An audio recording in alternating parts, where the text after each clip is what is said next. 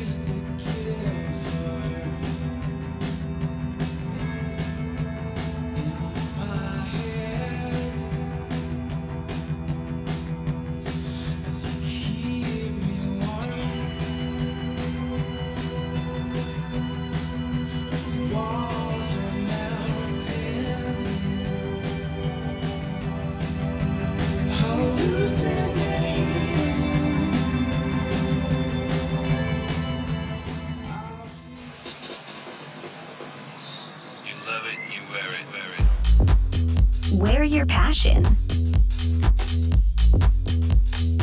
Share your passion. Wherever, whenever. Gaming is a lifestyle. Get your merch at shop.eslgaming.com.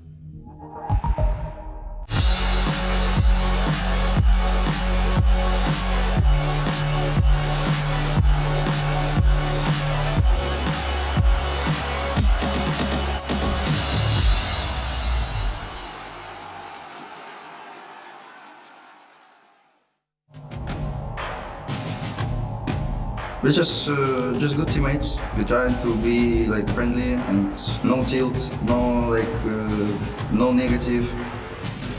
As Mira's going to get vision here onto Snakey. He's going to frostbite up, and immediately blinks out. Snakey's just going to die right off the bat. As the Underlord's taking the brunt of damage, Snakey somehow lived, but just 2 dead already, 9. Another casualty for Tundra, as they have no answers for this. I think playing in front of a crowd is great. I think it's super fun. It's like such a unique experience to be in a stadium full of people like cheering for you. Like that's not something that everyone gets to experience when you're, even near the center of it. This is really unique, and I don't know, I like it a lot. Yeah, back onto Yatoro is gone. That's another buyback on him. They're moving for more. Triple kill for Dracho. He's gonna look to clean him up here. Mirror ultra kill. You'll have the last one left alive. Get that man the rampage. There's a vortex. Just pushes forward. He really wants his rampage. They're not letting him have it. See if this is gonna be quick enough to still grant it. It isn't. From game started when you run to the people, shake hands, something like this. You have something here, No fire, we can't. Oh, he got in! Immediate orchid up now! He's tied up, Ravage going down, they're doing everything they have to kill. We're going against off the time walk. Now we can get off the chronosphere. Oh, big doing up damage, and now there's chrono trees. With the trees raining in, it's a problem, it's a big problem. Medusa losing out on a bunch of mana. They have all these illusions. Expectations versus 9Pandas, I think it'll be fun. I think more spice and drama being in Dota is just more fun for everyone. Like when there's stakes, that can get a bit dull after a while. But the human emotion, that's spicy. That spice doesn't go away. We just don't care, We play with standing. We don't have a pressure here. We just play our Dota. It's fun. It's new patch. Trying to get fun and no pressure. How deep is the Ramses lore? He just flamed me in pubs a lot back during Optic days, and then for some time after that. So I'm just like, you're gonna flame me? All right, let's see if that flame holds true. I'm not thinking to win tournaments. If I'm gonna think about this, we're not gonna win this tournament.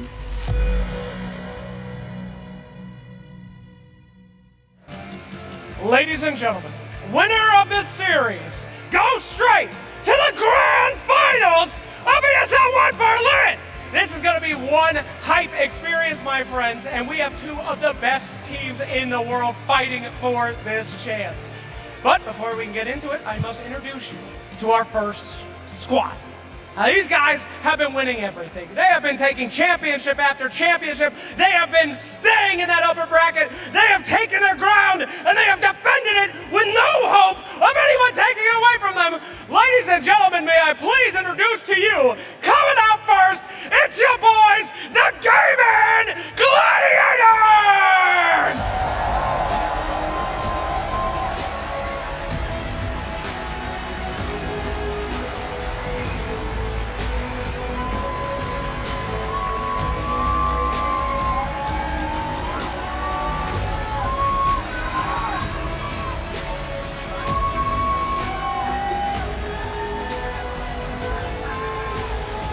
contest. And their opponents, of course, not a team to scoff at all. One of the most creative teams that we have seen in this entire event. A lot of people didn't know if they had what it took, but they have proved time and time again that these pandas are a new breed. Ladies and gentlemen, give it up for one of the hypest teams in the tournament, 9Pandas!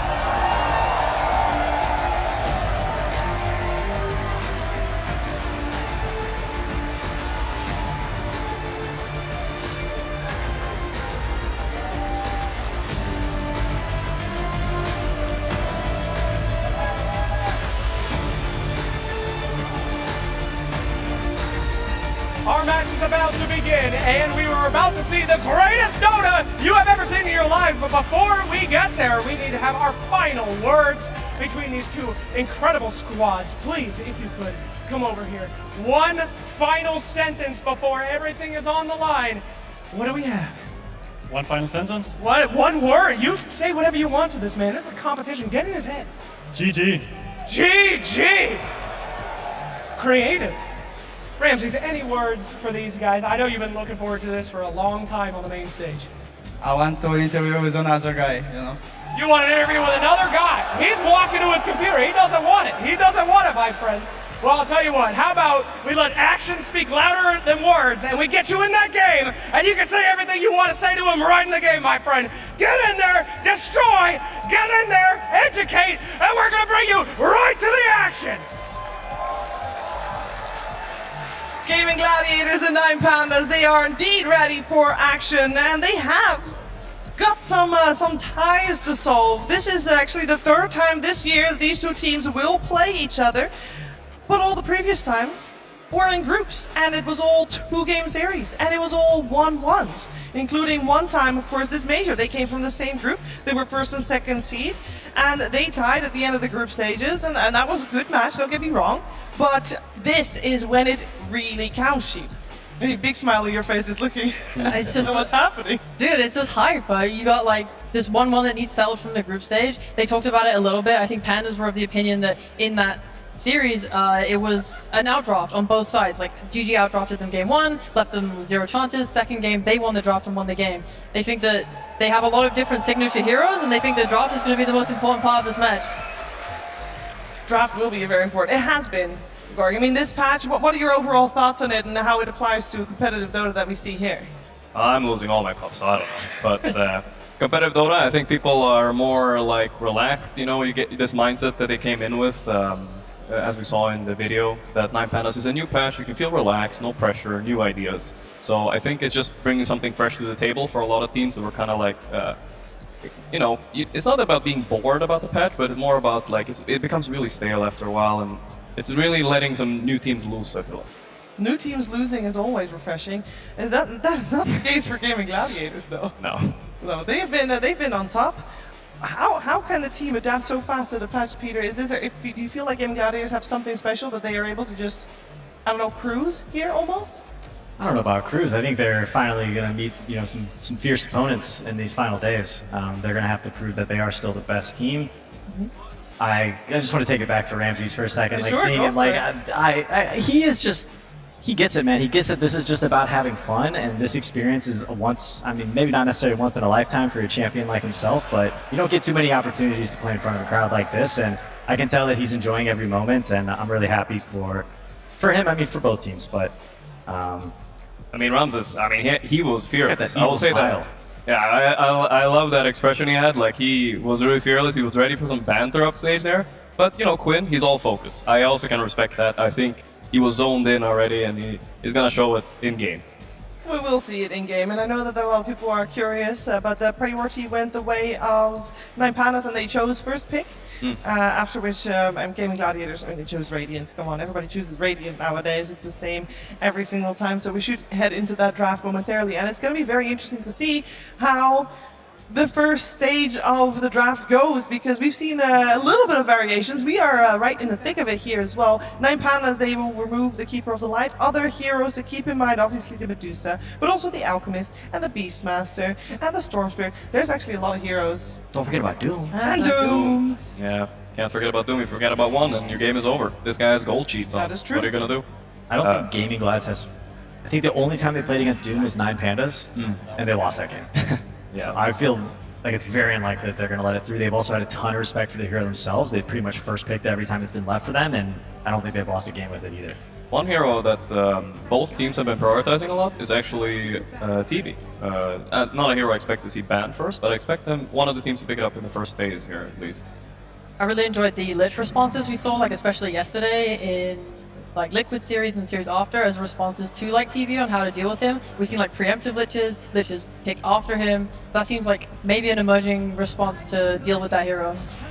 Yeah, there's the bounty hunter. This hero has also risen in popularity. 9Pandas saw the strength of it, I think, when they lost to Tundra, and then they started first picking it themselves, and then they won with that hero. It also is a hero that enables Tinker, which is a potential hero that at least is going to be banned second phase if they don't pick it now. Most notably, I think Beastmaster was kind of ignored. I feel like 9Pandas was very aware if they took this Beastmaster, you'd probably see Celery's Enchantress as a quick response, and wanted to avoid that trap of exposing one of their cores to some early counter picks. So keeping it open, I think, with the Bounty Hunter. They can still pick it up now, though, right? Yeah, if they and then want ban out the things that they're worried about, Yep, definitely. if they want to. That is. You might want to look at lane answers to Underlord here. I mean, Monkey King, as long as Ramses stays away from the Tormentors. I think that could be a viable pick here as well. Yeah, I was listening to you guys and Puppy casting that game, actually, and you guys were kind of giving his Monkey King a little shit. I laughed a lot. It was funny. But, you know, he won, and, you know, he got to type smiley face Yeah, again, and that's did all you that feel like he matters. wasn't super comfortable on that hero compared to others? Yeah, we talked about it. He's just... Monkey is a very specific type of hero that some people really shine on. Like, we've seen Mickey in this tournament, Crystallis. You think you need a lot of games on it? I think so, yeah. It's unusual that a team takes this long to choose their second pick, because normally this is stuff that you prepare. This is when you're preparing your draft, the biggest portion that you can really trial run several different times is the opening picks. Well, a lot of teams do it. That's kind of the beginning and end of their prep phase. They go, okay, what are our first two bans? What's our first pick? What do we think they're going to take? And what would we respond with that? And then past that, you know, I think you want to possibly identify maybe a couple of your second phase bans based on the heroes that you pick, but 9Pandas not really showing any cores quite yet, picking up 2 supports. I do think sometimes it is detrimental picking like this, because they have now Gaimin no 100%, which their 2 supports are. There's no flex in their draft at all. That's what you think, my friend. Miero plays a mean offlane bounty hunter. Oh, yeah, I would love to see that. There's a chance for it. But I think they are a team that has prioritized their supports a lot in the first phase, whereas Gaimin are very much like, we want our offlaner. We have like 3 to 4 heroes we really want, and they try and take them every game. You just buy Vanguard, and what can they do? Like, Exactly, really? yeah. At this point, you can pick any Vanguard buyer in the first phase, and as long as you don't get Ursa the Monkey, you're fine. There's the Monkey ban. And you think that Ursa will be banned out as well from Gaming Glads for the same reasons? I don't think Ursa is quite as good. He can be outlaned by the Underlord still, so I'm not expecting it. One hero is also a possibility they're looking at is maybe Lifestealer, even though he fell off a little bit since the Rage change and the BKB change.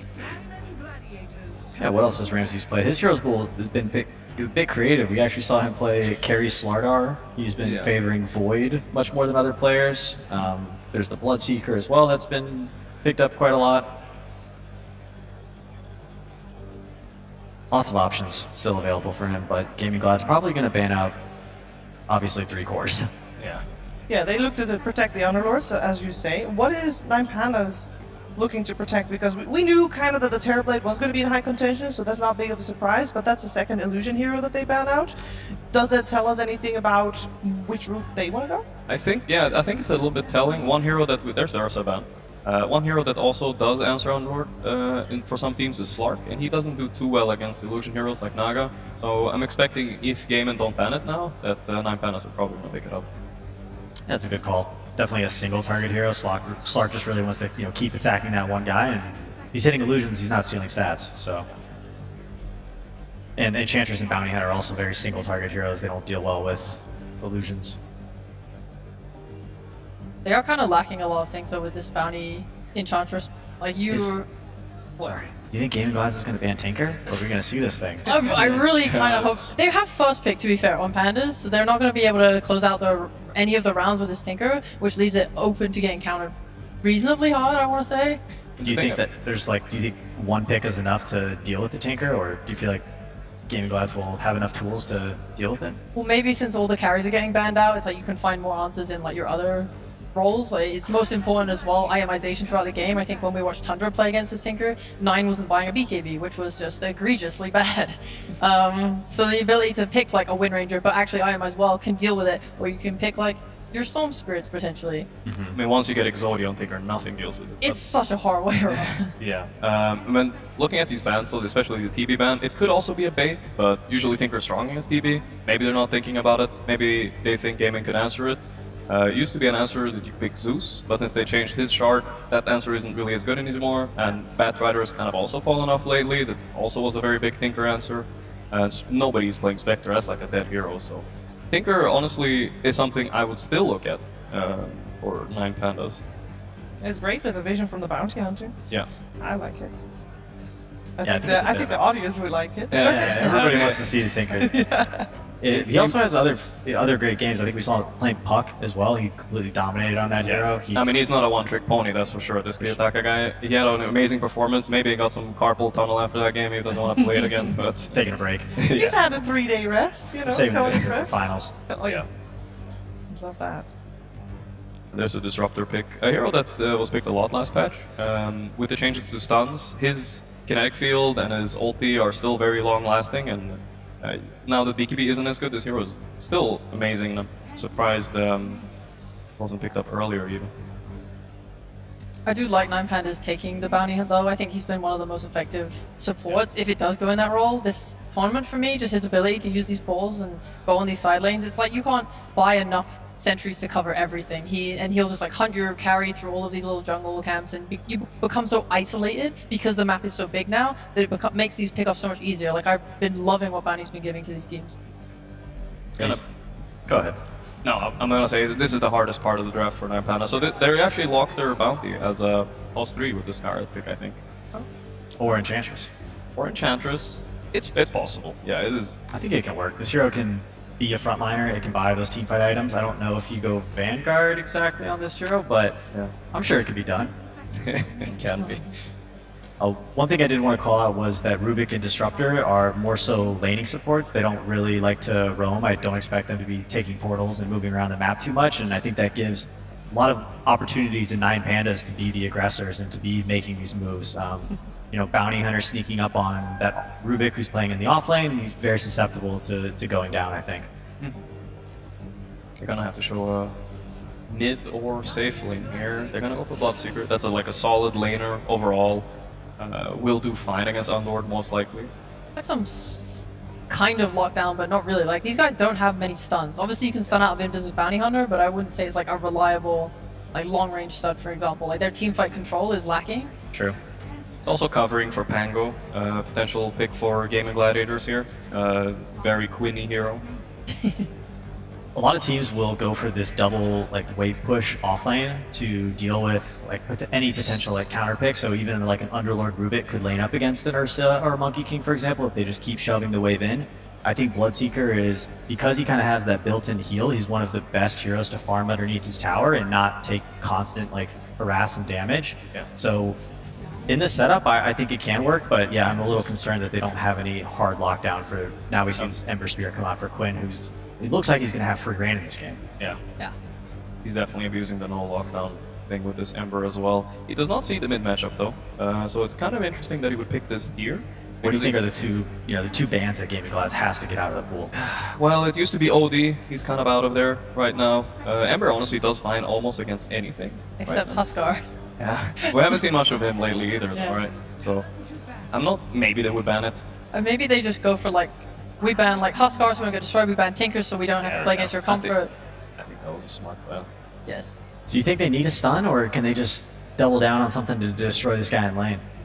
For Pandas, right, you look at this, it just looks like they have loads of ways to run at you. Like, they're going to be chasing you, they'll have a Rupture, they'll have this slow from Skyroth, they'll have this Bounty Hunter tracking you to get vision. Like, they just have ways and the ability, if this Bounty also goes some early, Aura, whatever, you're getting a Solar Crest, I think they can actually just run at you, and it's hard for you to deal with that, potentially. So maybe they can just double down on that strat and not try to cover as many holes.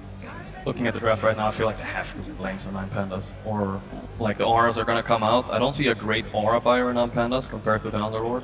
maybe we'll see Bounty get something or a pipe on it. But I'm expecting a group up by Gaimin and a low amount of damage on 9Pandas. So I really hope this last pick they come up with is gonna be the X factor. I want to see like a pipe on Bounty. I want to see drums pressed on Enchantress. Yeah. And then whatever, Phylactery, Skywrath, go wild, man. Is Bounty the offlaner? I think so. I mean, I would want it because I do want someone to buy auras, and Ench isn't as good.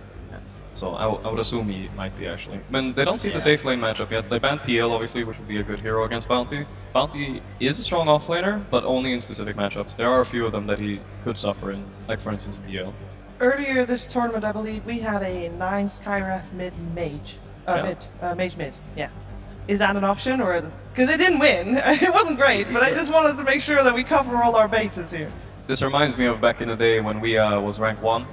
There was a different all-pick system then, right? Oh. So he used to pick Meepo, and then when enemy picked Ember, he waited, lost a lot of gold, and he re-picked Skywrath every time, and he owned Ember. But I think since then the matchup has changed a little bit, and I don't think it's a bad matchup for Ember. Yeah.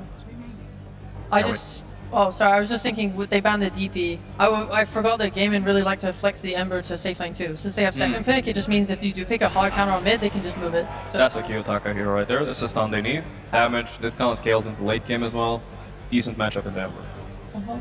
Tiny's a great assassin to pick up these backline supports instantly in the fights, and combo that with Skywrath. Even if they have a pipe on Underlord, these heroes are probably still going to die. Yeah. You guys like the pick? We didn't really mention Tiny, but yeah, it's kind of the only guy playing it. It's a nice magic burst, and then later scaling into physical damage. So hard to itemize, like one pipe is not going to be enough, especially if the game goes on, so they might need pipe and Crimson now inside of Gaimin. What's Duraccio going to play here? I wonder if there's room for like a lone druid. Like when you pick something where you're just so tanky, it's really hard for pandas to like commit on you and kill you, and give space for Gaimin to like retaliate. It's an interesting pick. I think Draw Ranger is also an option, even though he isn't as popular anymore. Yeah. Well, they're running out of time. We're about to see if that Ember is going to be in the hands of Quinn. Templar Assassin.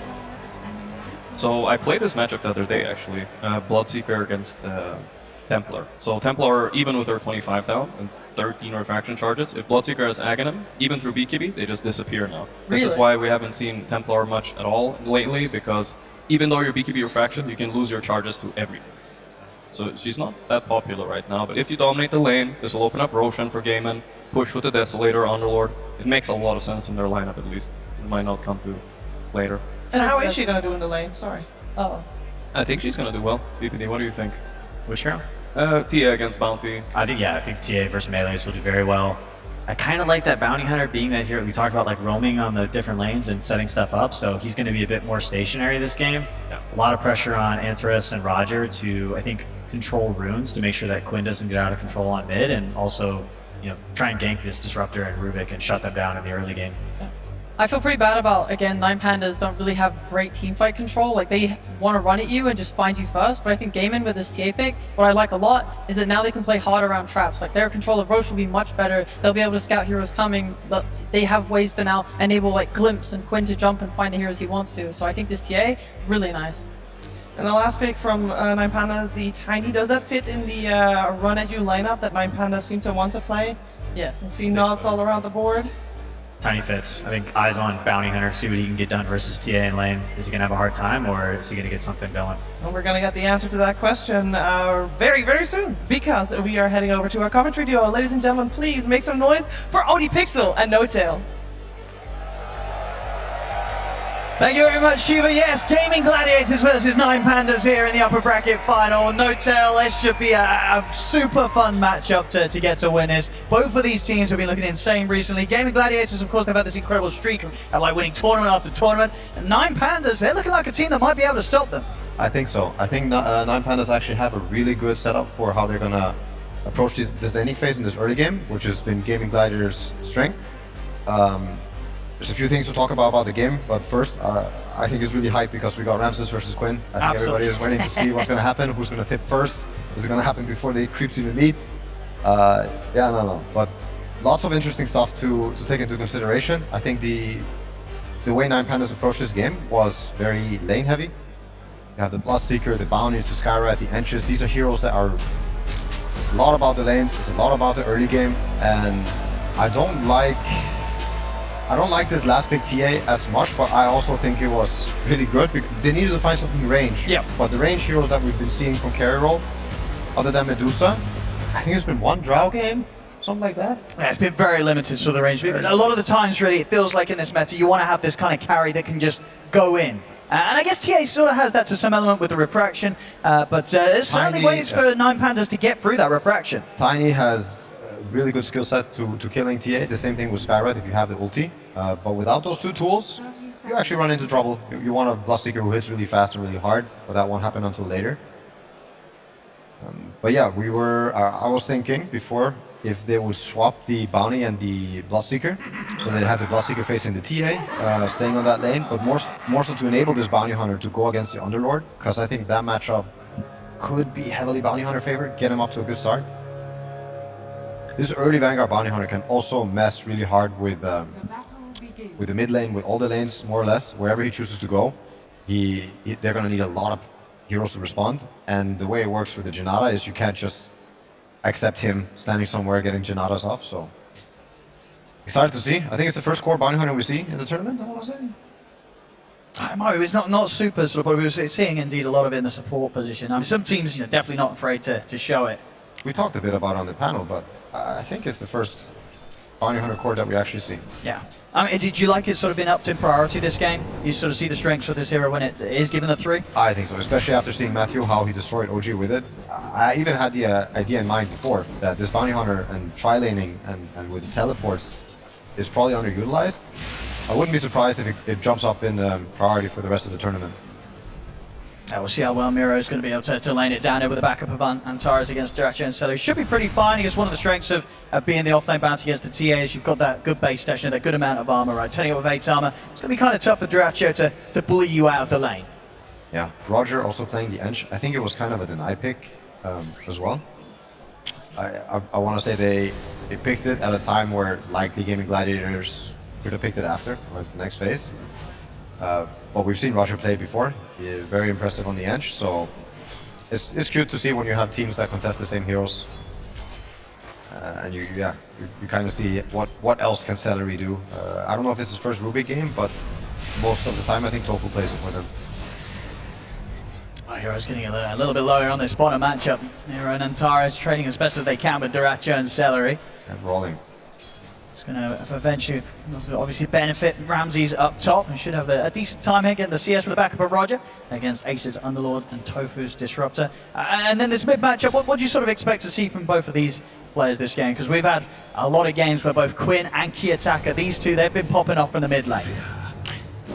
Has a lot to do with the runes. Oh, the nice toss back into block. He's getting a lot of time. He's gonna die. He's gone. Woo! All right, there we go. Eyes on the mid, Kiyotaka getting that first blood on Quinn as he steps up a bit too far. Almost got to kill bottom as well. I mean, what a start there. Got to be careful with that tiny around in the lane. Kiyotaka seizing that opportunity, Quinn. Can't let that happen. Yeah, so you asked me, what do I expect to happen in the mid lane? Well, things like this changes everything. Like getting the first kill can snowball a lot. But at the same time, supports can reel it back in. If you get help at around the 4 and 6 minute rune, I think this is some of the most... Oh, not again. It's going to use just the one tower hitting this time. Can't quite get him as deep as last time. 14 for 5 against the 9 for 3. Having that first blood and having that edge in the CS as well. Kiyotaka off to a hot start. So when you have a bounty hunter in your game, especially as core, I think the hero that really wants to connect with him is the one that gets online early with some type of magic burst or ability to run down heroes, and Tiny is definitely one of the best. So I expect him, if we're also looking at really good timing on the Vanguard, I expect these two to connect and cause a lot of havoc early.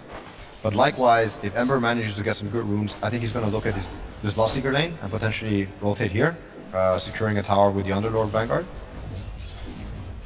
Definitely a high chance that Ace and Tofu can set up, especially once Tofu's got the levels. We'll have that glimpse to sort of drag back and keep heroes in range of any sort of TP coming in from bottom lane. Back up. So they can go for Celery. He isn't going to be stunned. Oh, he should. Oh, no, Mira's going to actually hold back. He'd rather go back, get the creep wave, a couple of range creeps coming in under the tower. Doesn't want to waste time chasing Celery on the Rubik. So Celery will be able to live a little longer, get the bouncer in. And Taras, he's going to continue to try and commit for this, but Diracho's coming in with the backup. And him and Celery might be able to turn us around. No, Celery goes down, and Duracho actually will pull back from chasing Antares any longer. He'll look for the courier, but if anything, it's now Duracho that's sort of being baited away from the lane. So he'll head back now to keep up with the CS, as Mira's been able to pick up quite a bit and keep the edge in that matchup. 19 for 1 against the 16 for 1 there. They're really setting up themselves for success. Quinn getting a bottle refill mid. It's going to help. The mid lane situation. Bottom lane though. Let's see if they can get him this time round. There's the mana gone. They've got the Ancient Seal as well. Duracho's got Refraction up in a second. It's there!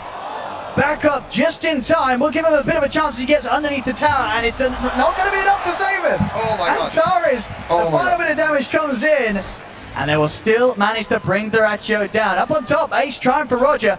I won't be able to chase him. Rams is standing strong between the two of them. Already 9Pandas off the mark here with 3 kills. You see Celery drawing on the map. I don't know what he's communicating to the Duracho, but it's probably the Skywrath's movement. He's running a lot on the side and causing some issues. Look at Skywrath. Look what he's doing. He's getting ready. The Underlord doesn't have Vanguard yet. He's 200 gold off, 100 gold off actually.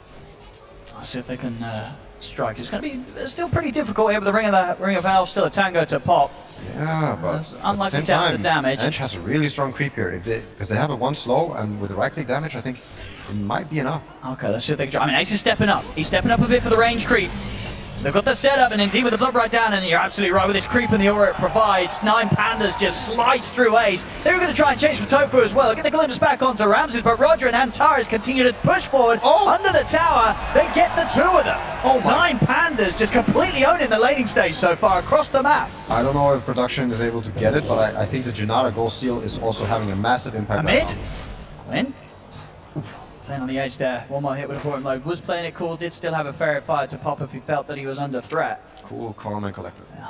6-minute power rune coming into play. Gaimin Gladiators attempting with the setup. Tofu comes in with the bottle recharge for Quinn.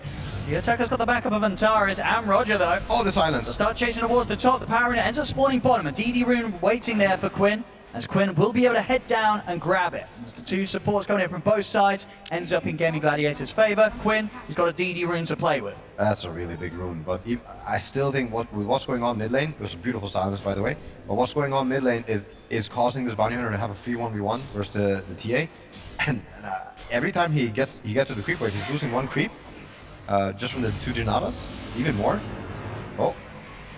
Roger, nice attempt there with a sort of pullback from the Wild Wing Ripper. Quinn, he's actually going to have the attention turned towards him. He's caught in the mid. He's in trouble. He's gone. Wow. Another death here for Quinn, as 9Pandas able to catch him. He's pretty much, I think, like sort of 1 or 2 creeps away from hitting the 6 and having remnants to play with. 9Pandas finding the perfect time to strike at mid again. And that's the first blood for you. Kiyotaka killing him, making Quinn lose a few creeps, not getting the 6 in time. Even with finding the DD, he doesn't get, you know, the timing that he wanted, the timing that he needed. And look, they're not going to let him TP in mid. And they'll TP in, but they're waiting. Let's see if they can go again. Quinn, he really wants to try and pick up the 6, but he's not going to get it. They're in with the toss combo. Antares as well with the silence. Roger throwing forward. The impetus is Quinn. As soon as he's back to lane, he's going to be down, going down again. Oh my god. The trees there. Key attacker finish off the tips. They are flying out the way of Quinn. As this is not the start of the game that Quinn would have hoped for. They completely bully him out of the mid lane, and 7 minutes in, they're going to be taking his tower. Wow, this is, I mean, I don't even know how to describe this. This is more than a disaster. Tanya's going to have Blink Dagger, and Quinn is still looking at face boots. We have Treads, Blink, Tanya going up. I mean, it's going to be rough. I guess, especially when you sort of run this sort of core duo, right? If the Ember's struggling, you know, you've got a TA in the safe lane. This isn't really a hero that can kind of turn up early and turn these fights around, right? Duracho needs time. You look at this bottom situation, it's so bad. He just managed to get 6, so this TA is going to fear for his life every wave, and every wave he's getting hit with 2 Janata level 3s, which is 28. Backup's coming in, and Taras, he's got pretty much full mana to play with. They can look to dive down onto Duracho. The Ancient Seal's there. He'll put the stick charges, Celery's in with the backup. A bit of a chance provided here for Duracho. Refraction's back up, will be able to block the Shuriken damage. The Ruptures come in. Ramses, he's turned up from the top lane, comes through with the Twin Gates. He's in on top of Duracho. Duracho goes down. They'll look to get Celery as well. The Fiend's Gate is laid down and try and provide some sort of escape for Celery, but he cannot get into the portal. It's more kills for 9Pandas. They're rolling them over here in this early game. 8 minutes, 9-1, 4K lead. It feels like it's becoming too much already for Gaimin Gladiators. Wow, the double portal usage, like, first you have the Skywrath going top, now you have the Bloodseeker going from behind on bottom. It's, I would say it's really new meta stuff. I think 9Pandas are playing this match And top look at lane. Kiyotaka go. He's going to see if he can try and set up something else. He gets the toss back onto Ace. Miro here. It's a little bit more difficult this one with the Vanguard in play from Ace. He'll get the root down and hold Miro back. Still a fair bit of damage done there by the two of them. And, yeah, I mean, Gaimin Gladiators, they've got to be so careful. Kiyotaka running around that. We're 9 minutes in. This mid-tiny, he's already got his Blink Dagger. Wow. Quinn, desperado mid, pulling the wave away from the action. I think he wants to flame guard maybe 2 waves together with a creep camp. And top lane, they might still even get this. Miro and Antares, they're kind of diving in aggressively onto Ace. And see people coming from Tofu. This time the supports, they will be there to back him up as Miro. He'll pay for that one. Tried to push his luck a bit too much. Gaimin Gladiators still managed to pick up the kill. But look at this. So Quinn, he stacked up the waves. He wanted to kill it with flame guard, but Roger was just chasing him with the enchant, threatening to take it off. Quinn ended up having to go back. I'm curious to see, because they pinged the mid wave. I don't think they want to let him go here. Yeah, look at this, look at this. If he goes back mid. He's going to do it! Oh my god! Oh my goodness! Not like this! They've got the toss, they've got the avalanche, they've got anything else to catch him with? They haven't. Another remnant will be laid down. Quinn's going to be fine. Seller and Tofu, they are here to assist as well if required. They want the rune. But definitely a bit of a risk taken there from Quinn. Has to be careful. I guess felt strong in the knowledge that the backup would have been there for him. Yeah. Well, I think name of the game is this bounty hunter. What's going to happen around him? I think if he puts himself in a certain part of the map where TA is farming or Underlord is farming. Kiyotaka, he's found another grab. He's in with the Invis rune, gets the chance for the setup on towards Tofu. Another kill set up by Kiyotaka's Tiny. Autumn, Racho. Rupture. Is there going to be any backup for him? The Rupture's there. Put the refraction off in time, trying to stand his ground against Ramses. In fact, he's kind of winning it with the tides. Ramses has to back off. Miro, he'll look to finish off the Racho, and he will. He'll get the job done. Oh, no, Ramses does end up going down. Racho with a 5-minute tick damage kills Ramses off. And Miro is getting a bit of a cleanup. Another track kill by the looks of it as he turns towards Celery. TP's coming in. He's one more hit with the Shuriken. Shuriken's there for the slow, but the telekinesis is back up. Celery holds Miro back. Oh, the glimpses, well, they keep him Miro in the distance. It doesn't matter. The Kiyotaka comes in from behind and finishes off Celery. Miro will die, but Kiyotaka can try and look for more. Tofu lays down the static storm to keep himself safe. Oh, he wants to track money, but they're going to TP in with TA. He's getting a bit more risky now. No, he's going to go for it. He's going to go for it. Oh, they cancel. Got the trap slow. Kiyotaka getting help behind. Still a bit of a tough target for these two heroes to go for, and they won't even try Duracho and Tofu. They keep their distance. They know they can't tackle the Tiny right now. See it? No, they don't see it.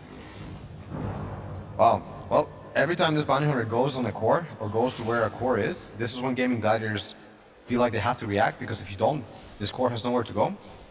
You can't stay there tanking the Janadas, you're just losing money and wasting your time. And yeah, if you don't react, then they're gonna get too much on the map. So Pandas, I think, are aware of this. I mean, it's part of the nature of the hero and nature of the game mid lane. They've got eyes on Quinn. See if they can blow him up with the combo. They get the toss back into the Ancient Seal. Quinn is in trouble. They're going to lay down the Feast Gate, but the damage comes in from Miro and Kiyotaka as Quinn down yet again here. 4 times now in the first 12 minutes. 9Pandas doing everything they can to shut down Quinn's Ember. So much action. They're going to try for another jump, Miro.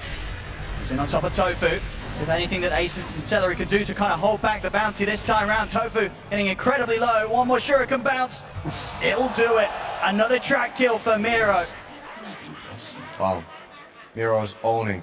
Absolutely owning. This is one of the most satisfying bounty hunter core games I think I've seen in a long time. I wish it was me. Just the Janata proxies, like he's had so many track kills already as well. We're seeing what's the top 3 cores right now. Of course, all the 3 cores of 9Pandas. They've got eyes on him. The track's there. Is there any escape for Duracho? Is there any backup? It doesn't look like it. There's nowhere to go. He's been ruptured. Kiyotaka in with the toss. Over towards Ramses. Kiyotaka will still take the kill. Ramses is going to tip Quinn. They're just cleaning up Duracho and Quinn wherever they go. Both of the cores of Gaimin Gladiators struggling massively. Duracho, 4 deaths already in 13 minutes. 4 deaths on Quinn. 9Pandas, they just know exactly where and when to hit them. Wow. Wow. I mean, I think I saw it coming a bit with the Enge Skyrad Bounty Hunter. I think these are really strong in this meta, and especially in the right hands, if you know what you're doing with them. I don't want to say I'm not surprised, but I had a feeling that the 9Pandas were in a good shape to take the early lead in this game. So if you're Gaimin Gladiators, what do you try to do? What do you hope to do? I mean, your TA is so far away from her Deso, which usually opens up the hero, like to Roche, to join fights, to even push some tier 2 towers. But just I mean, these arms are coming out so fast, right? Miro, with all this action that he's been involved in, he's already got the pipe done. So now you're trying to fight into a pipe at 14 minutes. That is incredibly tough. In the mid, Quinn, he's going to get caught out. Ooh. The toss combo into the Mystic Flare. Not a chance for Quinn, as 9Pandas continue to prove how easy it is for their heroes to take this Ember off the map time and time again. Wow. Also getting the Tumbler Store and the Bounty Hunter. I think that the patch also gave a lot of heroes that wish for certain tier 1 items to allow certain builds. I mean, we're not going to get a chance to talk about it. Maybe something to be done here. Celery, he did get the Mystic Flare steal.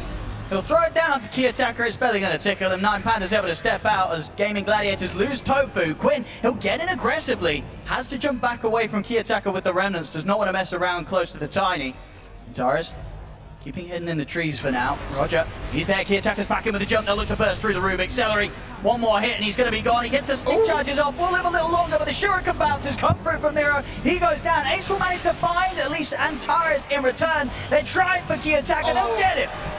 Quinn finally putting an end to the streak that Key Attacker's been having going, but Quinn, he's so low, he's caught by the Rupture. Roger's looking to finish him off. The final impetus and Shuriken will do it as they take Quinn out. But this time, Gaimin Gladiators able to make 9Pandas pay. As 9Pandas, they'll lose 4 for that attempt. Wow.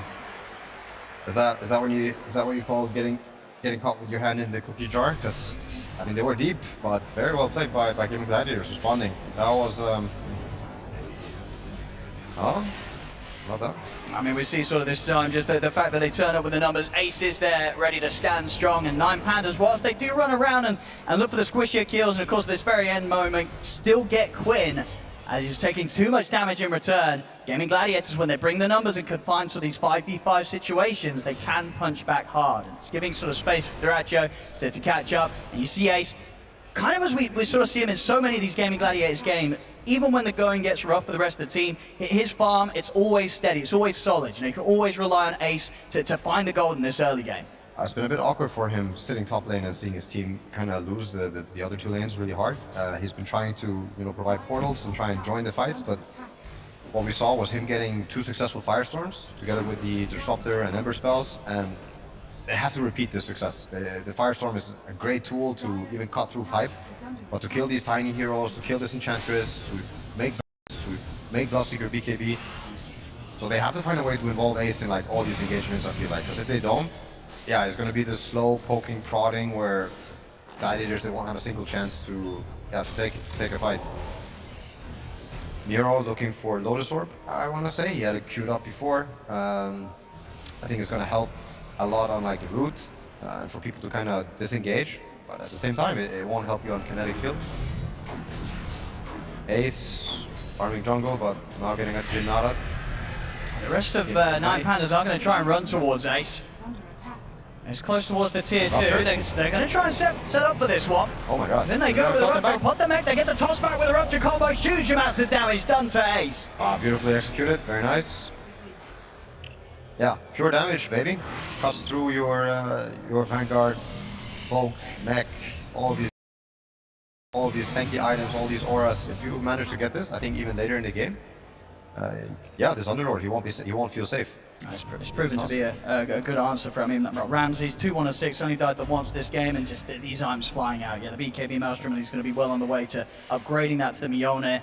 And yeah, at that point, it'll be very difficult for both Quinn and Duracho to fight top lane. Quinn, he's caught in the combo, and Key Attacker and Roger, they're at a point now where these two, that they can do it without any further backup. It's more than enough, just the Tiny and the Ench to kill Quinn off once again. Quinn is having a rough run. I think we sort of saw one of the earlier stats come top row in the mid. They're going to be able to get the jump onto Duracho. Get him into the river. Ramses, he's TPing over. They'll lay down the Static Storm, try and catch Key Attacker, but it's not going to trap the Key Attacker mirror. They'll get out to the side. In fact, they want to run straight back into it so they can get back on top of Duracho, take him out. Ace is going to try and get back into the Fiend's Gate time. He will manage to escape.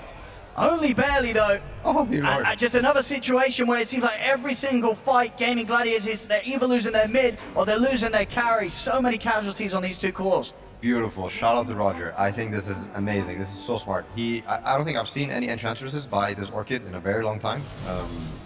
But this is a game for it. This is definitely something that I would do, I want to say. Like, if you think about it, how can he contribute to his team? Do you buy Force Staff? Do you buy Glimmer? I don't think you can save versus Kinetic. What you can maybe argue for is the Glimmer will help you, or a Medallion can help you, but I think an even better defense in this case is a better offense. Like having this early Orchid threatening the Ember, which is a big core, sure, is great. You can threaten the TA, but more importantly is you solo kill these supports with one enchant. And that forces them to kind of throw their spells at you, which opens up the fight a lot more for the core. And I think he wants to play in that way because he can go in front and not worry about the TA or Underlord trying to go on him. So he just threatens himself with Orchid. So very smart, very unconventional. Yeah, I think Roger's feeling it. Let's see if this next pickup will sort of change the outcome of the fight. So Ace's managed to complete his own pipe. Maybe a bit of a chance that he could protect those that do get sort of jumped by the tiny combo if he's around and able to pop up the buff in time. Of course, as you mentioned earlier, still that threat of being caught by some sort of toss rupture, which will just completely annihilate any of Gaimin Gladiators' heroes right now if 9Pandas are able to get that sort of perfect setup with the distance required. I mean, I think Ace really wishes he could play in a different way in this game. Like he could show aggressively on the mid lane, hit the creeps and be like, use spells on me, but I don't think it works versus this Rupture Toss. Because the pure damage is too efficient, you don't have to commit too much to it. Tiny is finishing his BKB. Oof. He's having such a good game. 20 minutes in, insane farm from 9Pandas, still holding the 3 top spots. And of course on the other side, I think for Gaimin Gladiators, Quinn continues to sort of struggle behind. I mean, a point now where we can see matching. Here we go, Radiant, daytime, just like the OG game. How are... I think they'll be able to fight this, right? 9Pandas, they're going to want to head down here. They definitely want to fight it. Do we have buybacks on They've got to cut just the 2 supports right now. 50 seconds and Duracho will have his to play with. I mean, this is a fight that could get messy for Gaimin Gladiators. They've got to be careful how they take this. They know that 9Pandas is heading for them. They'll catch them out with a trap. Ooh. Quinn, trying with the chain set up. Follow up. And Ace holding the high ground, but they have got eyes on him. Triple silence they're thrown down onto Ace as they fully focus the Underlord. They won't have the damage to follow. Static Storm comes out. But likewise for Gaimin Gladiators, they won't have the damage to kill off Mirror throughout the duration of having the Static Storm upon him. Key attacker, he's in with the combo. They get the toss back, and Duracho just gone in an instant. Ramses spots the BKB. He's ready to run them down. Duracho got just enough money for the buyback, so he will return to the fight. And it may not be an easy fight for them to take. We'll get down onto Quinn. Quinn with the movement speed that has the distance away from 9Pandas. He'll actually run it back in aggressively to rejoin the rest of the team and take down Miro. And Quinn, he wants to go in for more. He'll get the slide chains combo off on towards Roger. Roger turns the kid, take it back in with a 2-man avalanche. Ace, he's so low. Duracho, he bought back for this. He's down again. Alpha 70, Ace gone as well. Quinn desperately jumping in, attempting to finish up Antares. He will get it. Takes out Antares. Ramses, also incredibly low in this sort of situation. Ramses, he's going to stand his ground. You know the kid taker's coming back in with a combo to set up on a Quinn. Ramsey's still alive and ready to go for more. Over towards Celery and now towards Tofu as 9Pandas will get the team wipe and more. Wow. Oh my god. Oh my god. What a fight. That was so clutch. I actually thought for a moment Gaimin Gladiators were going to do it with a buyback on the Duracho. It started looking a bit sketchy. But no, they keep focused. They don't kill the Underlord first at all. Like they managed to kill the Duracho twice before they finish off the Underlord. Yeah. Yeah, they're playing really cool, calm and collected, I would say, on 9Pandas. And I think as well that Antares had the... Was he sort of tossed up? Because he bought back and he was immediately there, right? I think was that sort of toss buyback sort of situation? Because he started to TP in the middle of the fight after you buy back because he was like, hang on, I'm already here. Replay, but, I think it must have been the toss. They must have fixed that. It's a feature, you know. Well, so anyway, something caused him to immediately back down by that pit when he bought back. And I don't even imagine. Maybe no, he bought back and he was glimpsed. Oh. I think he was glimpsed, died, bought back, and then the glimpse brought him back straight to the fight. I think that's probably what happened there. So ended up working out quite nicely for them. So Tofu did a whoopsie. It may have been if indeed that was the glimpse play. Could have also been a stolen. Many things. It was one of the things. Someone needs to figure it out. Well, anyway, back in action. Yes, a 15k lead now. Yes, but Roche is not dead yet. I wonder if this means anything. It looks like Gaimin Gladiators is giving up on returning to the buy area. I don't think the game is going to look fun when 9Pandas get this Aegis. I want to say they're going to put it on the... They're probably going to put it on the Bloodseeker. I wouldn't mind seeing it on the Bounty or the Tiny. It adds for different playstyle, but the Bloodseeker obviously is going to be good for the fight because he can go in with the Mjolnir build. Yeah, I mean, he was really... That sort of that end of the fight there where it was sort of down to Ramses and key attack. You know, Ramses knowing that, you know, there's no running. When you get that low on the Bloodseeker, you've got to full commit and hope for the kills, hope for the burst of life steal. And he did exactly that. Stood his ground, worked out perfectly. 14k ahead, and now with an Aegis in the hands of the Bloodseeker. But you really see the synergy that they have. They managed to pull it off in the middle of the, like they're holding onto the Rupture and the toss. And then as soon as TA showed, they instantly went on her. While she was, I think, mid-air, the Rupture was getting tossed. So they're very obsessed with, you know, maximizing this damage. They're not trying to just tiny combo one guy and blow him up. No, they want the maximum pure damage that the toss can bring, that the Rupture can bring. And is there any sort of way to defend yourself? I mean, what do you do when a team's running at you and doing this toss Rupture combo? You really want to control the tiny, and I think the best thing you can do, I mean, there might be another way, but I think the best... Oh, Quinn. Oh, he's gone again. Oh, this Skyrat is really proving to be a problem for him, but they had the double. They had another silence for him in case the first one wasn't enough. Again, I'm loving the Orchid pickup.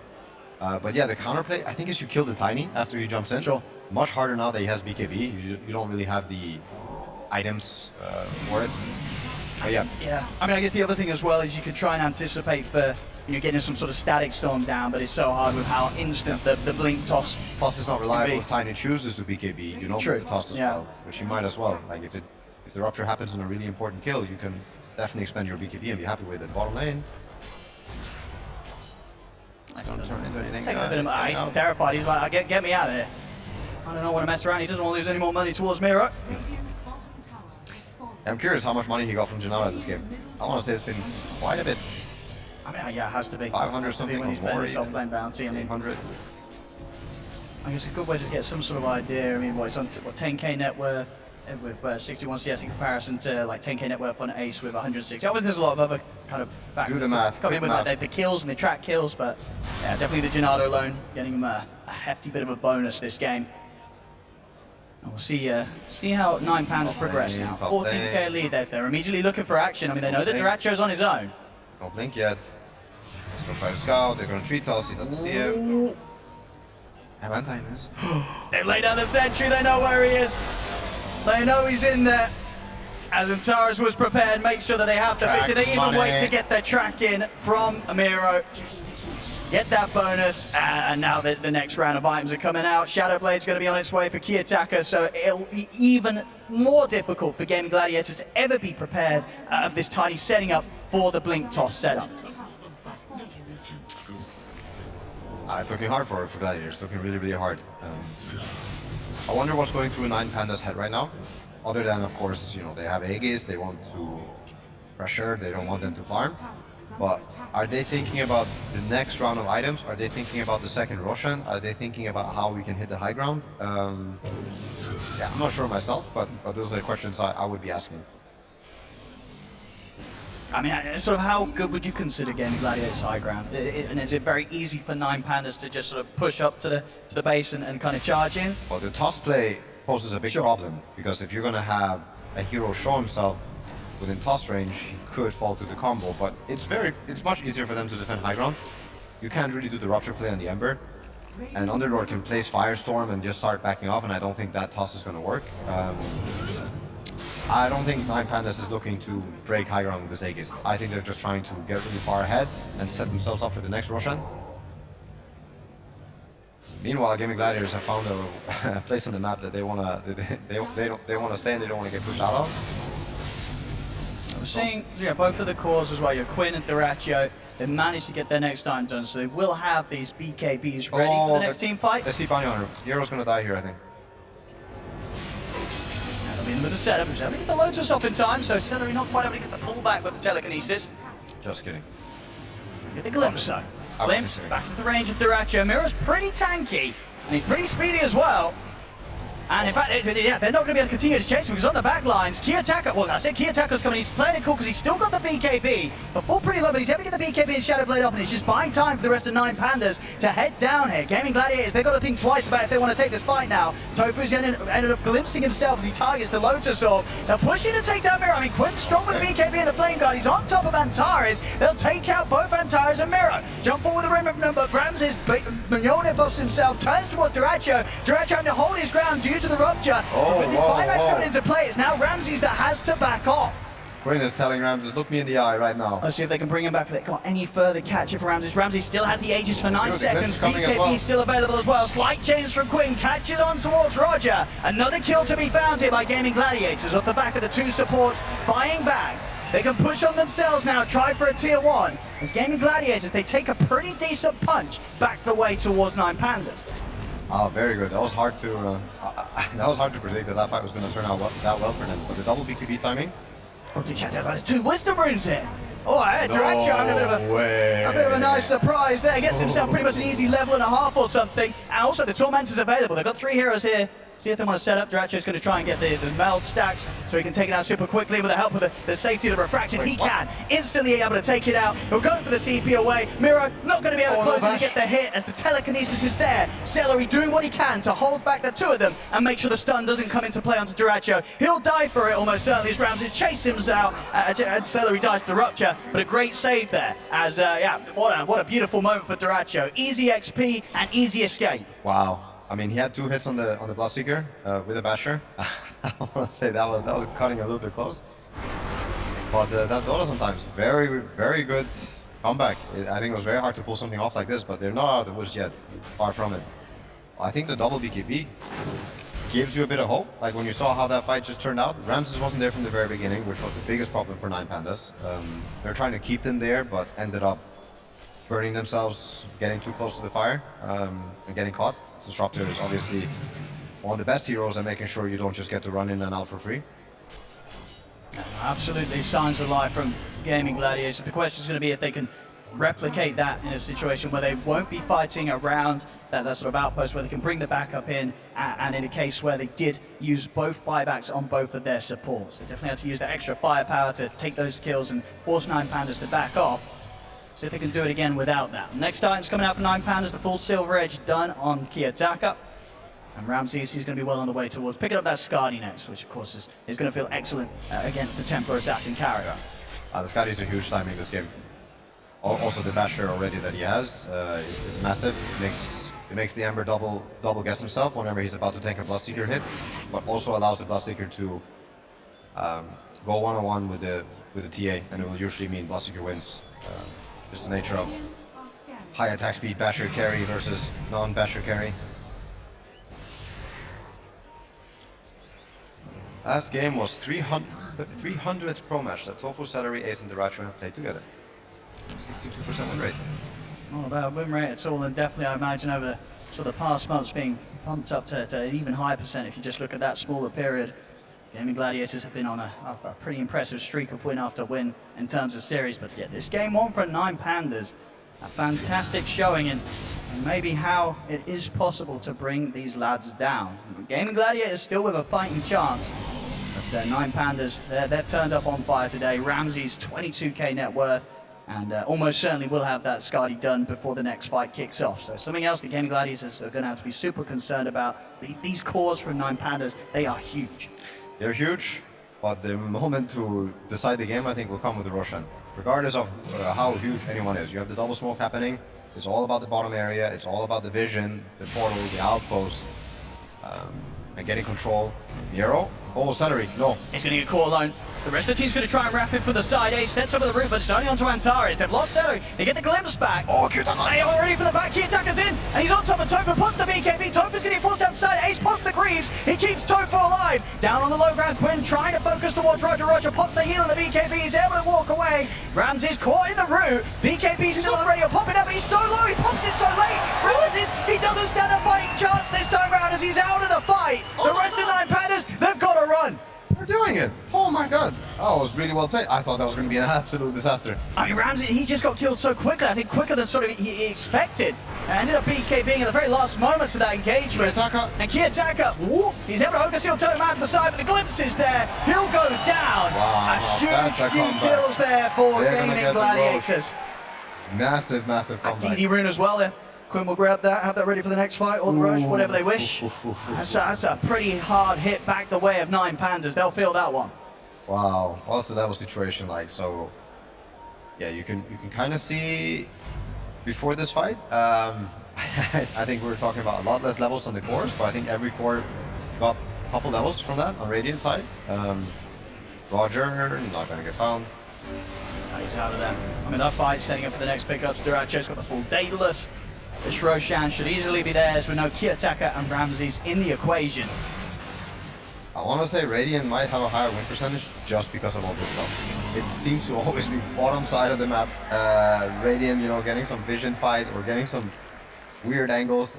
Maybe it's a threat of the outpost that Dire doesn't want to, you know, go so close to it or live in this area that, yeah, I don't know. But again, Radiant does it. Now it's Aegis and Cheese. Ace is also getting bigger and bigger. He is going for Glad, and I wonder if this is going to turn into a Wraith Pact. Could it? No, nowadays, no, they changed it, right? Am I crazy? How does it go? I mean, they changed the Wraith Pact. It's gone, isn't it? Oh, they actually removed it. Excuse me. I thought nobody was. I thought they nerfed it to the ground, so nobody was buying it. So he is just going Blast for the sake of it, which is good. I mean, he's very good last game. Let's see. See now, because I mean, the difference now between the two teams is closed massively. Just 2k gold lead now for 9Pandas after pretty much a game where they've held such a massive advantage for the longest of times. But that last fight, those last two fights, Gaimin Gladiators is doing it with the buybacks the first time round, and then that last one, he's able to do it straight up in a situation where Ramses just gets killed off too quickly. And once they do lose the Bloodseeker, and Kiyotaka sort of revealed his hand with the jump in and the burst, there's not a lot more that 9Pandas can do in the stretched out team fight. So they have to, at all costs, try and protect Ramses, make sure that Bloodseeker does not start the fight dead.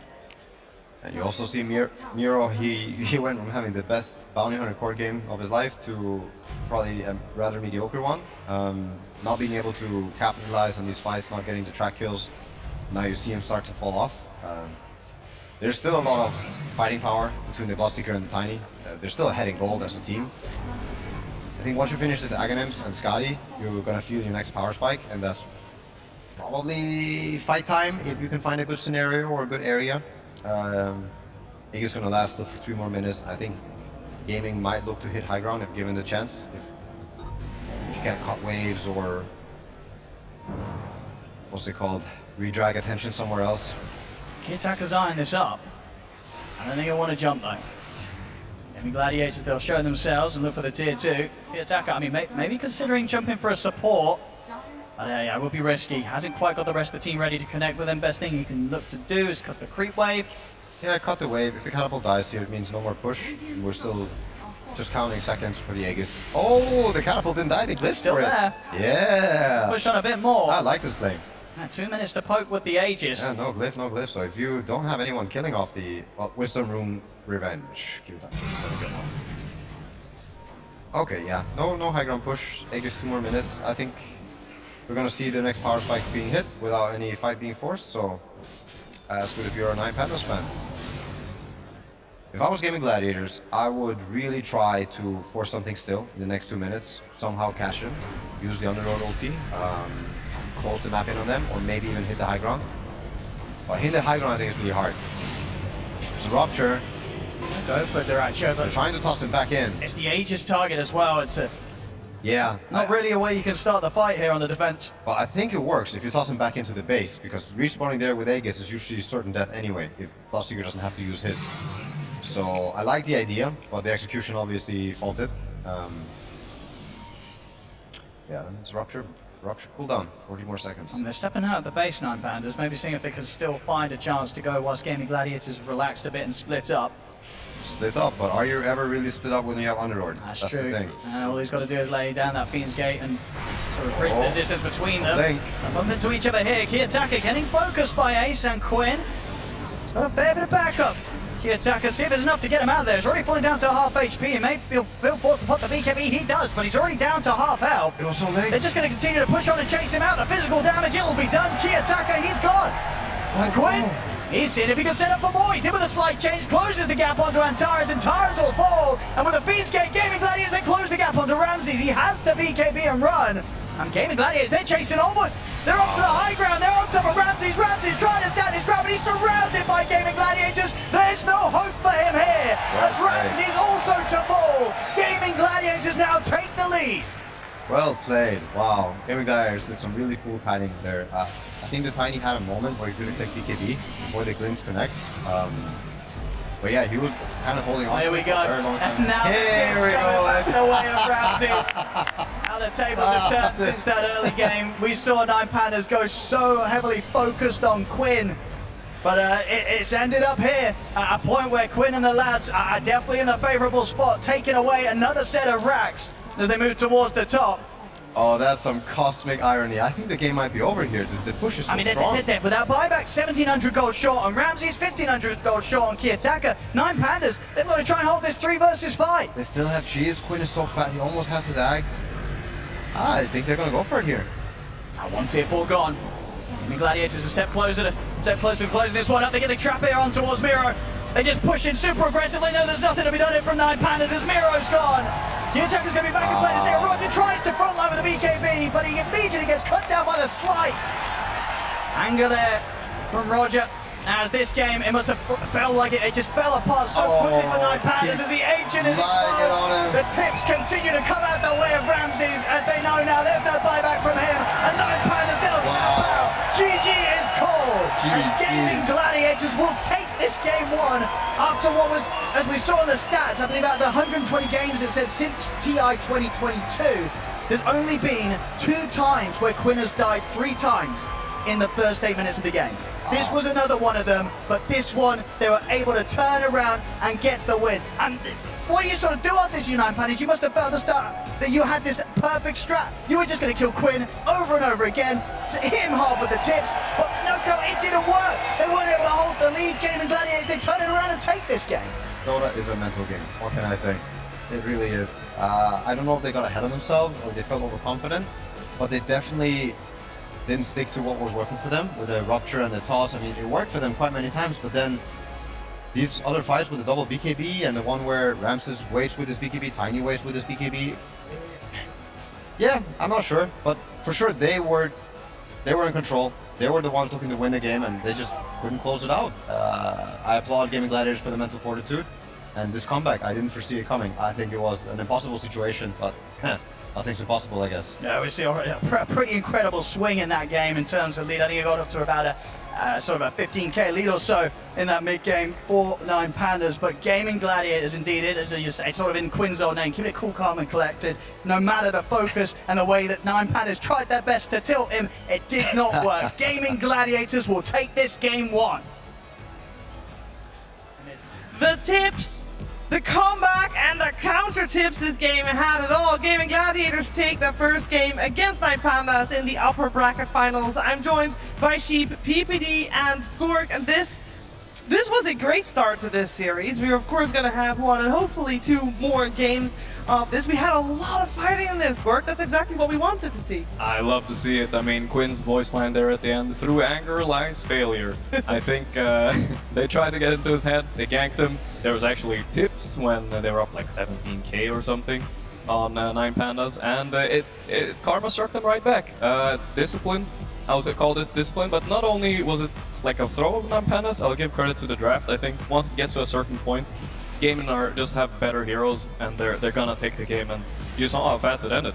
I had to run to stage here because I didn't expect the GG this fast. I'm out of breath. Yeah, it did end quite rapidly after after this fight that we just saw. Ooh, credit to Gaimin Gladiators for holding on strong in face of, well, what seemed to be a bit of an overpowering laning stage by 9Pandas. Sheep. They held on. Yeah, you could see them going around like this whole map, like Ember, Quinn farming around like the edges of the map, like trying to get that BKB. I remember when he got it, he TV'd back, and like they were finally able to start taking these proper fights. Because before that, yeah, you're just getting super controlled every single fight. They did this run at you strat, they executed it perfectly at the beginning. But yeah, you have to respect these timings from Gaimin, and I don't think 9Pandas really did. Yeah, there came a turning point, Peter. For sure. I think 9Pandas, a lot of momentum early on. As you mentioned, once that BKB came online, Gaimin Gladiators felt like they were equipped to take these fights, and they fought well because they're a good team. I think 9Pandas got a little too overconfident. They were splitting up in fights. They weren't focusing the same targets, and they ended up kind of wasting their early BKBs that they had the advantage on with that Tiny and Bloodseeker, and Gaimin Gladiators just never gave up, able to swing it back. Swing it back. When we talk about Gaimin Gladiators, we almost always talk about, at least at one point, about Quinn because he has been such a dominating presence in that mid lane. And we have to therefore highlight the matchup between him and Kiyotaka. the difference maker wasn't necessarily the mid-diff, if as people say it, but it was mostly coming from the support angles, Peter. Yes, early on, Skyrath had a fantastic game. Ended up being almost like a solo kill on the Rubik, and then rotated to deny the bottom water run from Quinn. So we've seen that a couple times when that mid hero is unable to refill his bottle. That matchup can really go the other way. And Tiny got off to a fantastic start, and they were killing Quinn all the time. They were tipping him. I mean, I'd love to see it, and love to see it kind of bite them back in the end. It's the series is heating up. Yeah, I love that. I mean, the interaction obviously didn't look like it was planned, and Taras definitely was a little bit confused as to why he wasn't in the base using his teleport, but instead in the middle of the team fight using that teleport. But it was a great moment for 9Pandas still, Sheep. It was. I think 9Pandas played fantastically. I mean, again, like Kiyotaka, it was a solo kill mid, right? He just like popped off. He got like what 9-minute blink dagger or something. He was owning super goddamn hard.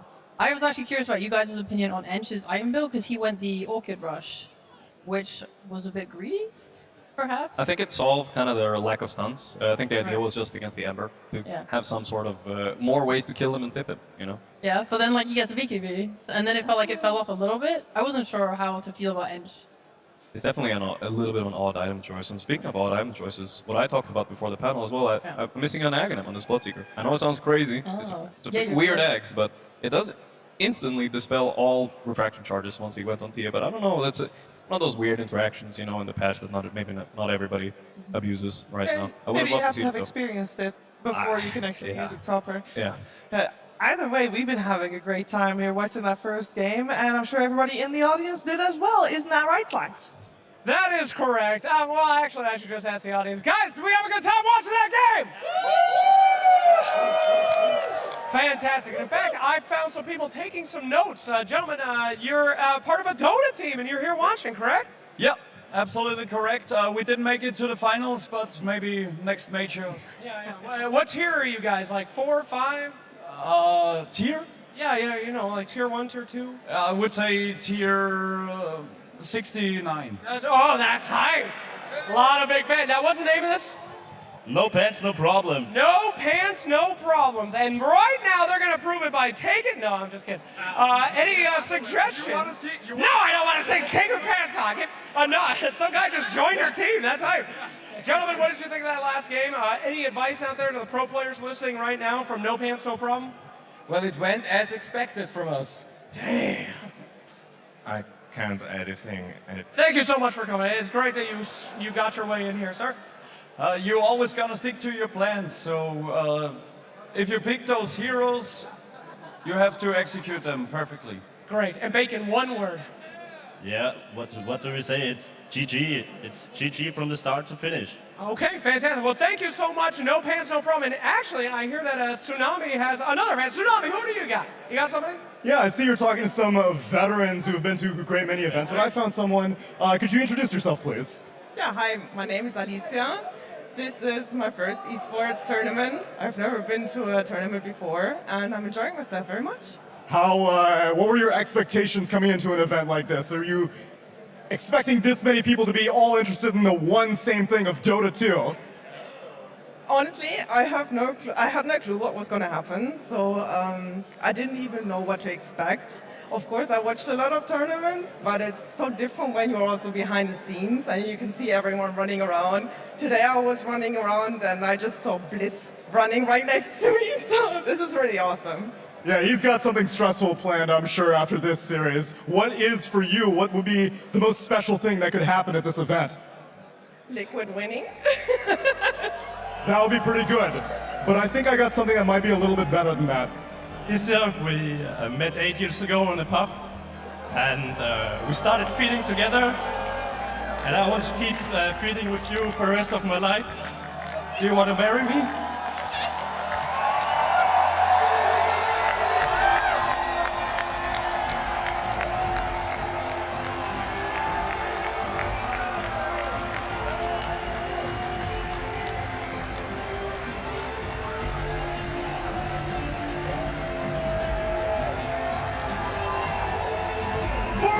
Can you feel the love?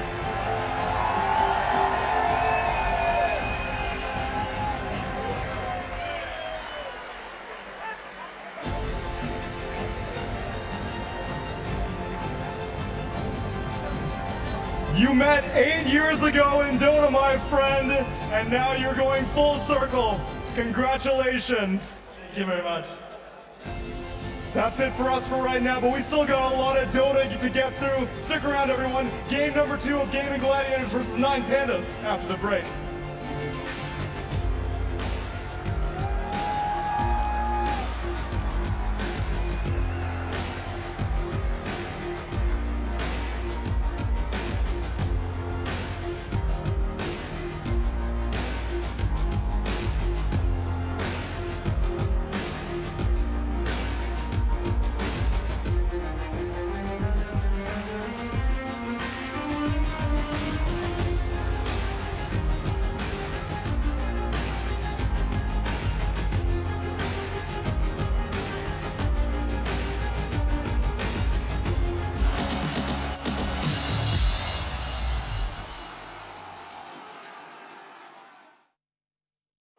I'ma keep winning, winning.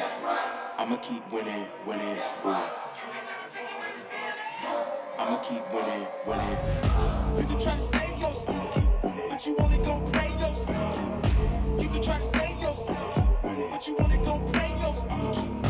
You can try to save yourself, but you only gon' play yourself. You can try to save yourself, but you only gon' play yourself. Yeah, you gon' need 100 men, 100 scopes, 100 cans just for you to watch what I'm doing under the sun again. God-given gift, MCs doing the running man. If you want me to get it poppin', may cost 100 pence. Yeah, what I supply is always in the man. The throne is mine, take that. It ain't a high five, got the upper hand. I'm too real, can't fake that. Who you know putting fear in them like this? You a vampire, still suck when you bite this. Lord forgive me for my sins, I'm feeling righteous. But they been asking me to show me I might just. They didn't think I could do it, I had to demonstrate how the flow is so heavenly, keeping demons straight. Who they fooling? I showed them the jig is up again. When I asked them who is the best to get this to stuttering, tell them I'ma keep winning, winning. I'ma keep winning, winning. Ooh. I'ma keep winning, winning. You can try to save yourself, but you only gon' play yourself. You can try to save yourself, but you only gon' play yourself. You can try to save yourself, but you only gon' play yourself. You can try to save yourself, but you only gon' play yourself. I came this far, nothing can stop me now. They knock me down, but they can't count me out. I can't lose, I won't lose. I can't lose, I won't lose.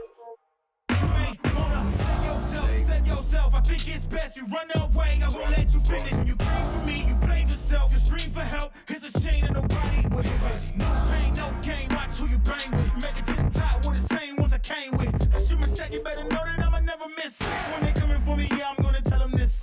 I'ma keep winning, winning. I'ma keep winning, winning. Ooh.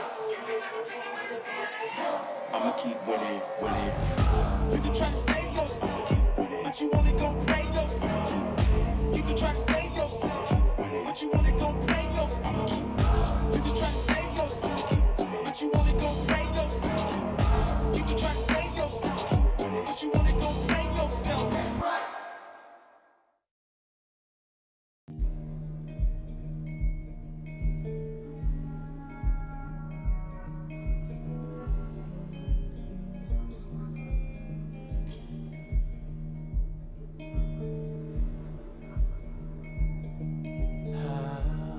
Strong is the hammer in my hand.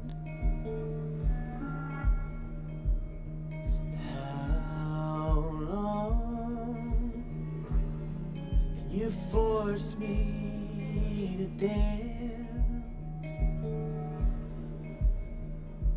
There's a crisis in my heart and in my world, and I saw you smile, and I fell into the dirt.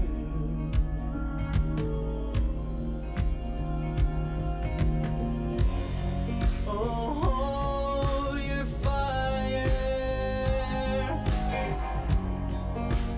I don't belong here.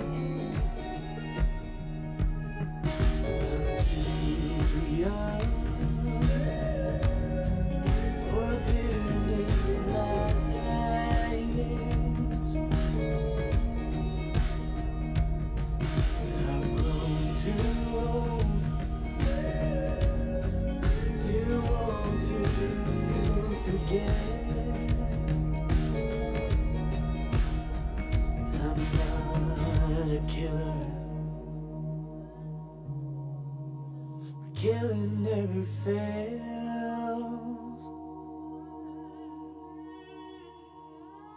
To a hammer, every problem's a goddamn nail.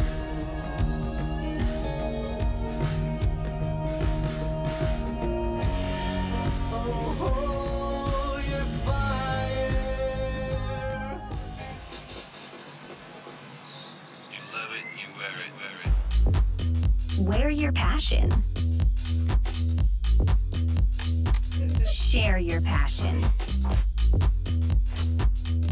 Wherever, whenever. Gaming is a lifestyle. Get your merch at shop.eslgaming.com.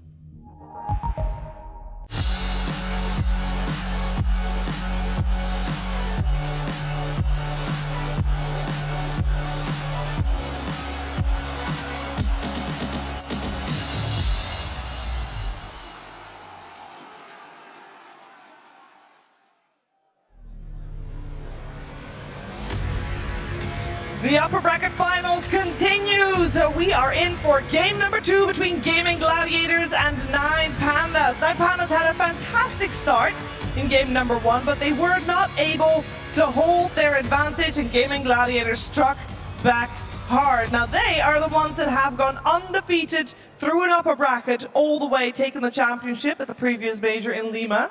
Can they do that again? And that would require them to take another game here. And then, of course, do the same thing in the grand finals tomorrow. I'm joined by Sheep, Gorik, and PPD, and we are going to break down the draft that will be appearing on our screens momentarily. A lot of things are decided in the draft, so I look forward to hearing some adaptations, Gorik, that you would love to see this one. I'll say that I was kind of wrong about my first assessment of last draft, because I thought GG had that game, but honestly, it was 9Pandas to lose, and I'm surprised GG was mentally strong to keep it, despite all the tips, despite everything. They kept it cool, calm, and collected, and they pulled through. So we'll see. I'm expecting maybe we'll see a first phase TV now.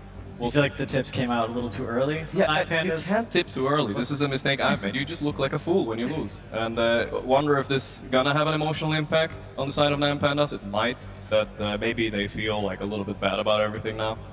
Hopefully that doesn't come to play now and they reset in this short break they've had.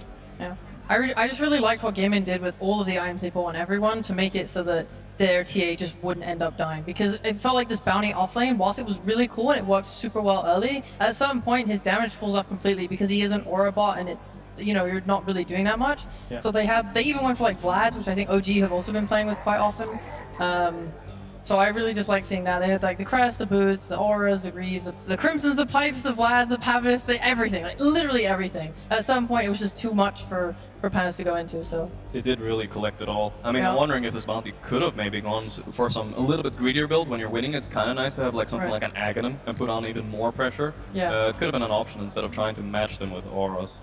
That's why I was a bit like on the edge, because I was like, oh, she went for Orchid, but it means that bounty has to go like hardcore on the auras. Really think they just misplayed those fights. They were they were kind of focusing the TA and you're just eating up all the damage with their fraction, and then the supports from 9Pandas were getting picked off by Ember and Underlord, and when it came to Bloodseeker and Tiny were kind of all-inning with their BKBs trying to kill TA, and they were able to take her down. Yeah. If people are curious how we ended up with Gaimin Gladiators on Radiant 2 games in a row, they had priority this game. They actually prioritized getting Radiant, and instead of then choosing first pick, 9Pandas went for the unconventional, lately anyway, the second pick.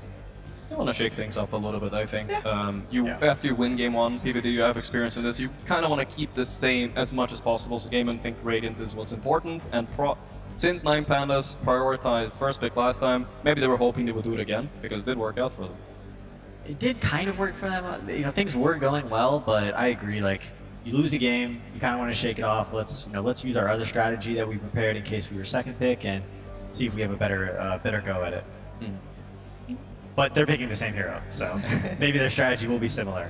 They left their bounty, which is interesting. They don't prioritize this hero. Didn't feel that pressured by it, even though he had a pretty stellar performance last game in the start, especially. Both you and I talked, Peter, that TA would do pretty well in a lane against him in lane, but the bounty showed. I think he did very good there. Do you want to see it offlane again? Yeah, I think they're gonna keep it open. They have to. But would you want to see it offlane? Or do you think it's better relegated more to support? I think it's better relegated to support. I think one of the cool changes to this hero is the stun on the Shadow Walk, obviously, and this is something that you can take advantage of in the early game. These, every lane feels like they need to have 2 sentries in order to protect themselves, which isn't really possible. Yeah. Are we surprised that Keeper of the Light is ignored up until now? It was one of the first phase bans in previous game and a lot of other games as well. That is a good point. I could see Gaming Glads grabbing it right now. Feels like 9Pandas don't like it as much. They prefer these more aggressive ganky supports. There's the Terrorblade. I was expecting this last series. I think it's an excellent answer in case Mount uses pulse 3 as well. He kind of destroys him in lane. It's just a hero that we've seen 9Pandas run as a lot as well, so it's kind of a deny. I like this pick a lot coming out for Gaimin. The Roger is one mean TB. They're just getting full comfort, and it feels like every game Gaimin kind of just get their comfort. And there's a lot of supports still in the pool where I don't think they needed to go for that then. And it's like now 9Pandas, do you want to start banning like mid heroes to kind of target Quinn, or do you want to target some of these support heroes like Disruptor and the Ench and all these others? There's a lot. There's also like the idea of this Lich, right? Obviously 9Pandas get to pick first, but I'm assuming these are their 2 supports. It's like, Yeah, kind definitely. of really got to defend these heroes. Yeah, I could see them banning out the Coddle potentially. Maybe they like Bounty Hunter against it. I think they'll probably leave the Ench because they have the Crystal Maiden. Disruptor and the Lich was actually a pretty good suggestion. I think that could pair well. Don't know how much Celery has been playing that hero or favoring it, but they could bust it out. Disruptor, one of the better supports for catching the Bounty Hunter. We saw that multiple times. Bounty Hunter was kind of punished for his over-aggression. Yeah. Even though he was unkillable, he was like tanking like 8 tower hits, and then he got glimpsed back into the tower for some more. And even though Gaming Gods was way behind, they were able to get those kills. And he was one of the, I don't think he was the highest net worth hero, but he was higher net worth than most of Gaming Glads, so that was a bunch of comeback gold for them. Last draft we looked at was a lot of carry heroes banned on both sides, but now that there's this TB, we're seeing a bit of a shift. The supports are being banned. The classic TB counters of Tinker and is there a third? Third tier. Well, it used to be Zeus, and Zeus was kind of ruined since they changed his shard. So now TB has one less counter to worry about. There used to be a Pugna back in the day. Used to be picked a lot against TB, but we don't see that much more anymore.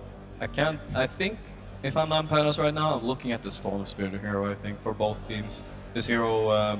A Bulba special, but also it's good on its own, I think I'm surprised I haven't seen either team look at it so far. It's a decent hero against TB as well. Yeah, I could definitely see either side going for that hero. 9Pandas probably still going to pick up 3 cores.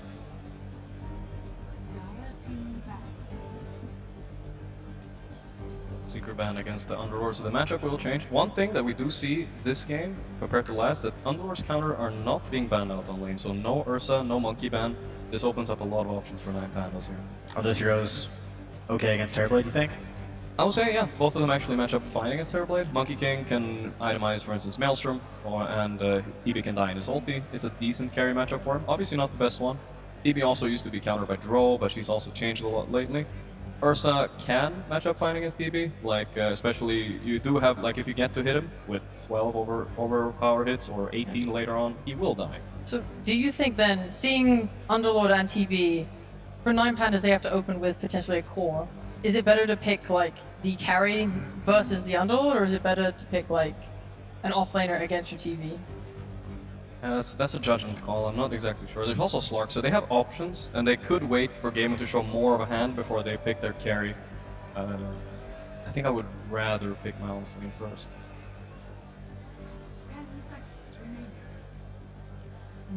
If they pick their offlane first, it would also mean that they cement that Bounty Hunter as support. And perhaps they want to keep that flex potential open, just in case. Yeah. Maybe they should just grab Storm. Yeah. Before Gaming Glass decides to pick it up for themselves. I could definitely see the Gaming Glads, so they're just picking up Pugna Storm as a response to whatever Pandas bring out here. They love that stuff. Should we ever be worried for Gaming Gladiators? I know they haven't played it in a little bit, but they used to play it a bunch. The IO, obviously still in. Yeah. Also good with the Terrorblade. Yeah, I definitely could like IO. Especially pairing with the Storm though, and I'm obsessing about this hero. It's not that You're confident in this Terrorblade Bounty Hunter matchup? Yes, I'm fairly confident. I'm surprised they actually locked this in as an off lane, the bounty. Things can go wrong. I mean, last game, honestly, bounty did very well against TA. Maybe they know something I don't about this patch.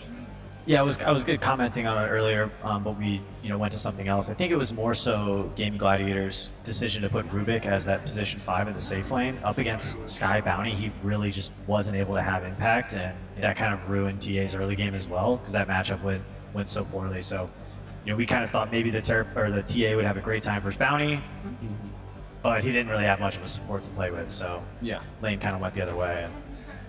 I guess like they still have the same sort of theory on 9Pandas of how they want to take their fights as last game, and even though Bloodseeker's gone, you can still complement. Like you brought up Monkey King, you brought up the Ursa. There are all these very brawly carries that are still in the pool that will complement what they did last game. If they can just fix the issues that they had closing out the game, or they threw, then it's gonna look a lot better.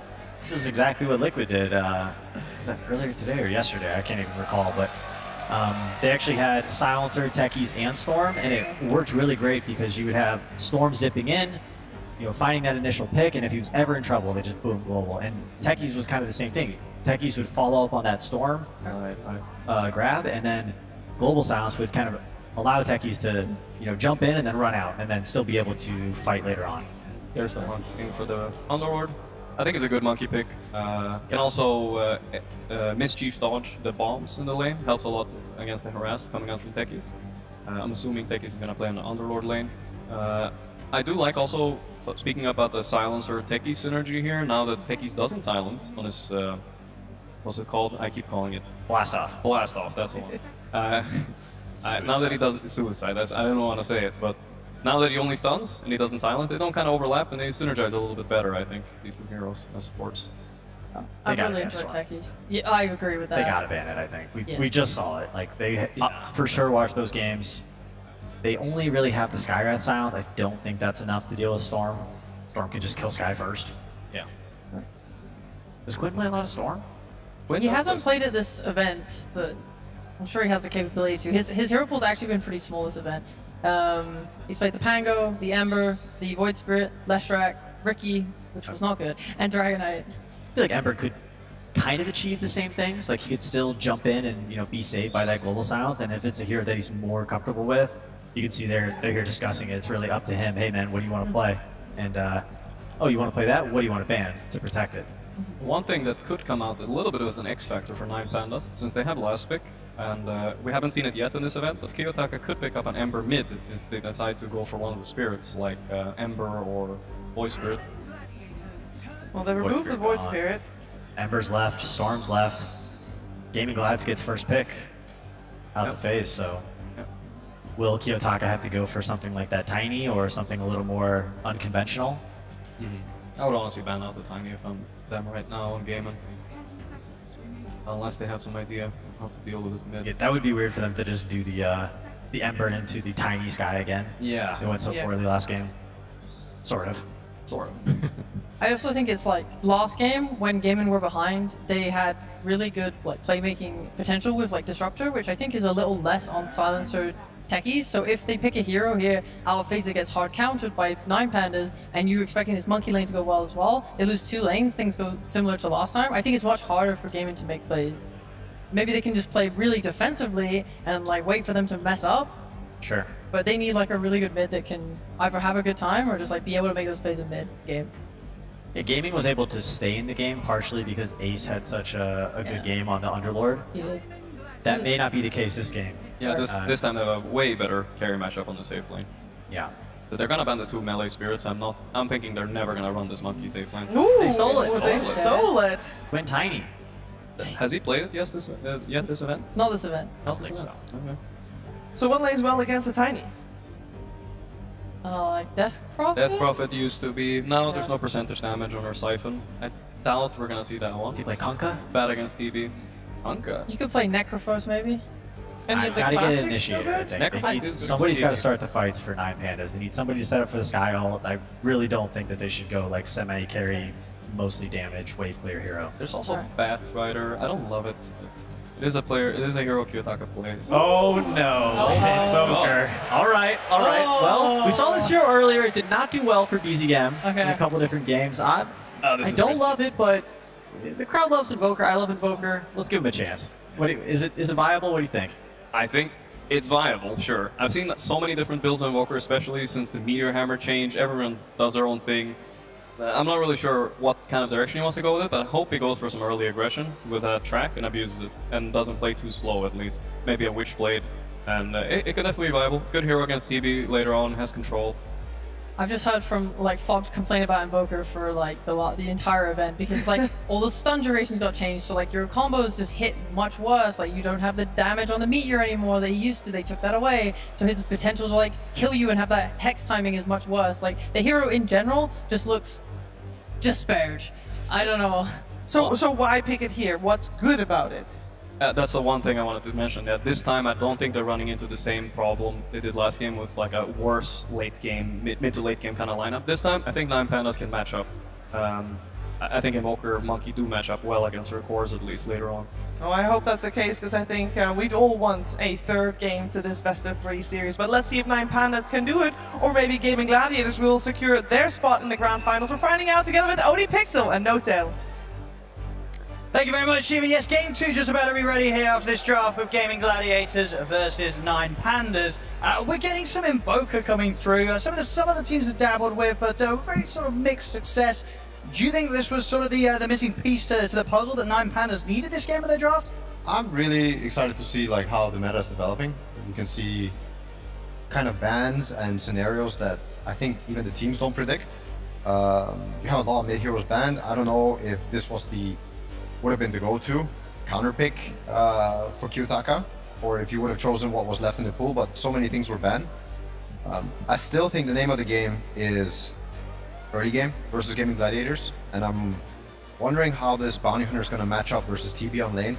I think it can go really well if you get the early Vanguard, but if you don't, and certain things happen on the lane, I think the TB can stay there and even stop the Bounty Hunter from entering. So yeah, slightly concerned always versus a Gaimin Gladiator team. I think teams need to be looking at how to get into these lanes and how to make sure the game starts to snowball. But for sure, they have a much better mid to late game matchup versus Radiant lineup than they did last game. And how sort of easy do you think it's going to be mentality-wise to sort of recover from the way that first game went down, right? 9Pandas, they came in as confident as ever, throwing out their tips, and then that whole sort of comeback that Gaimin Gladiators was able to pull off and sort of put 9Pandas back in their place. Coming into a game 2 after that, do you think these guys are pros, they'll be able to reset, or does a bit of that game 1 sort of sit at the back of your mind? I think Ramses has seen most, I don't know if he's seen it all, but he has seen a lot. So if this gets to him, if this is what was the tilting factor, I'd be very surprised. I really don't think it's the case. It could be for 9Pandas that you have other players. This is Kyutaka's first major? I think so, right, yeah. Right? Yeah, I don't know if this will get to... Well, yeah, it used to be Depressed Kid, right? So... I know back then he was, but regardless, still a very fresh talent. Yeah. So if you're dealing with people already having nerves and you experience a game like this, of course something might happen to the state of your mental state. But yeah, that's why Dota's hard. That's why we call it a mental game. Things like this happen, and you can also take it to your advantage. Quinn could be affected as well from what happened in previous games. Sure, that start, as we saw on the stats, one of the roughest he's had in a long time. But it didn't matter. A very well-made comeback into the action. I mean, do you like the fact that we're seeing Quinn on the Tiny? I think the panel says something that we haven't seen him on this event so far. Oh yeah. I mean, is this again some sort of like mental game against what was happened last time? He's like, what, I'll play the Tiny this time. I'll show you how it's done. Does that play into it, or do you think they were seriously just considering the Tiny anyway? This is a hero that has sort of reasons to play in this meta, even though we're not seeing it be super popular. Oh, and if you're thinking it, you don't have to say it. Of course they're thinking the same things. That's how it works. I don't think it's a major factor. No. It shouldn't be if you're, if you know what you're doing. Oh no! He's walking into this one, Ramses! They're already waiting on the high ground. Are they ready with the tips? I think they're going to be able to get it. If they can give it to Quinn, that will really add to it. And he does. Quinn. Oh no! First blood here as he takes down Ramses. And they'll play it classy, of course, Gaimin Gladiators. They saw what happened when this, 9Pandas start throwing out the tips early game last time. This time, they're not falling into the trap themselves. They'll just take the first blood, they'll walk away and get to their lanes. Okay, I like this approach. Again, if you're thinking it, you don't have to say it.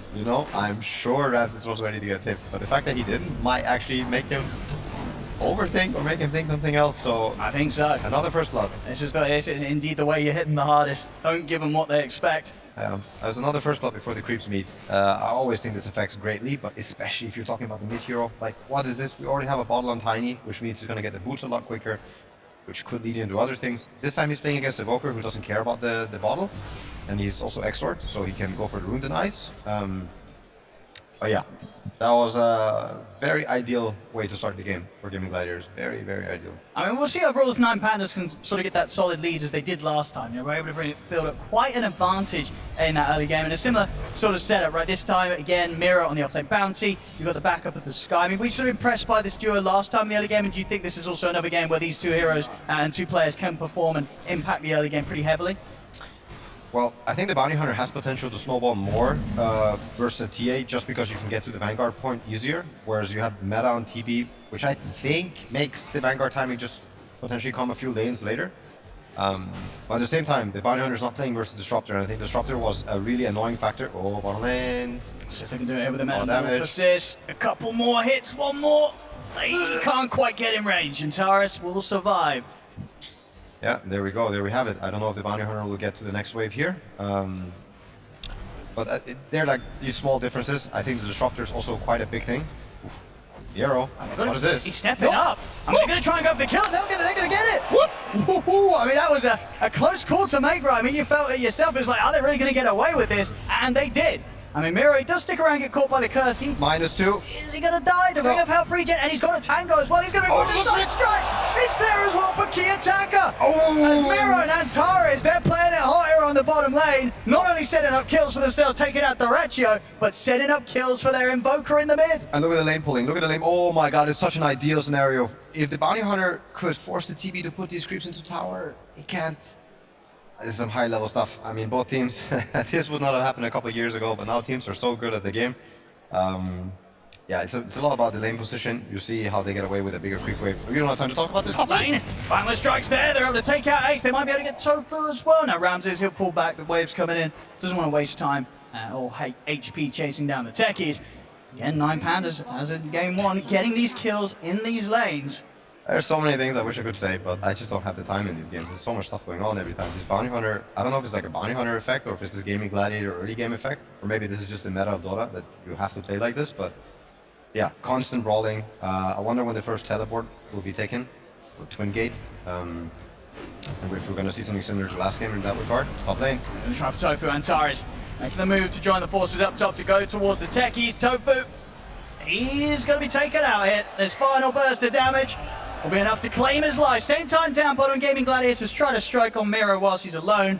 A bit too tough to take out. I see in the mid, Quinn. Going for Kiyotaka, but the Cold Snap's back up and the Forge Spirits are out. Sunstrike's going to be there as well. Quinn is going to get hit by it. It's not quite enough to take that straight away. Wow. Last right click, not enough to claim, and Quinn will survive, but both mids really battling to as close as they can get to their death as possible in this mid matchup. I don't know what's going on, but I think Roche is drunk. But what's it doing? It's just running at the Twin Gate. Oh. I've never seen this. Skyrat tried to take it and he suddenly got bashed. And he stopped and stared at him for a second. He's like, what is this? Oh, wait, so they've already spotted what Antares saw it? Yeah, he walked up to take the teleport to bottom. He got the bash, like from when you walk into him. Yeah, I don't know what's going on. I don't think I've seen it before. Okay. Salary getting really low bottom. Yeah, we'll see if there's going to be any way that they can sort of free him up from this. But now the Vanguard is finished. I'm again very curious to how much the Janata is affecting the Terrorblade.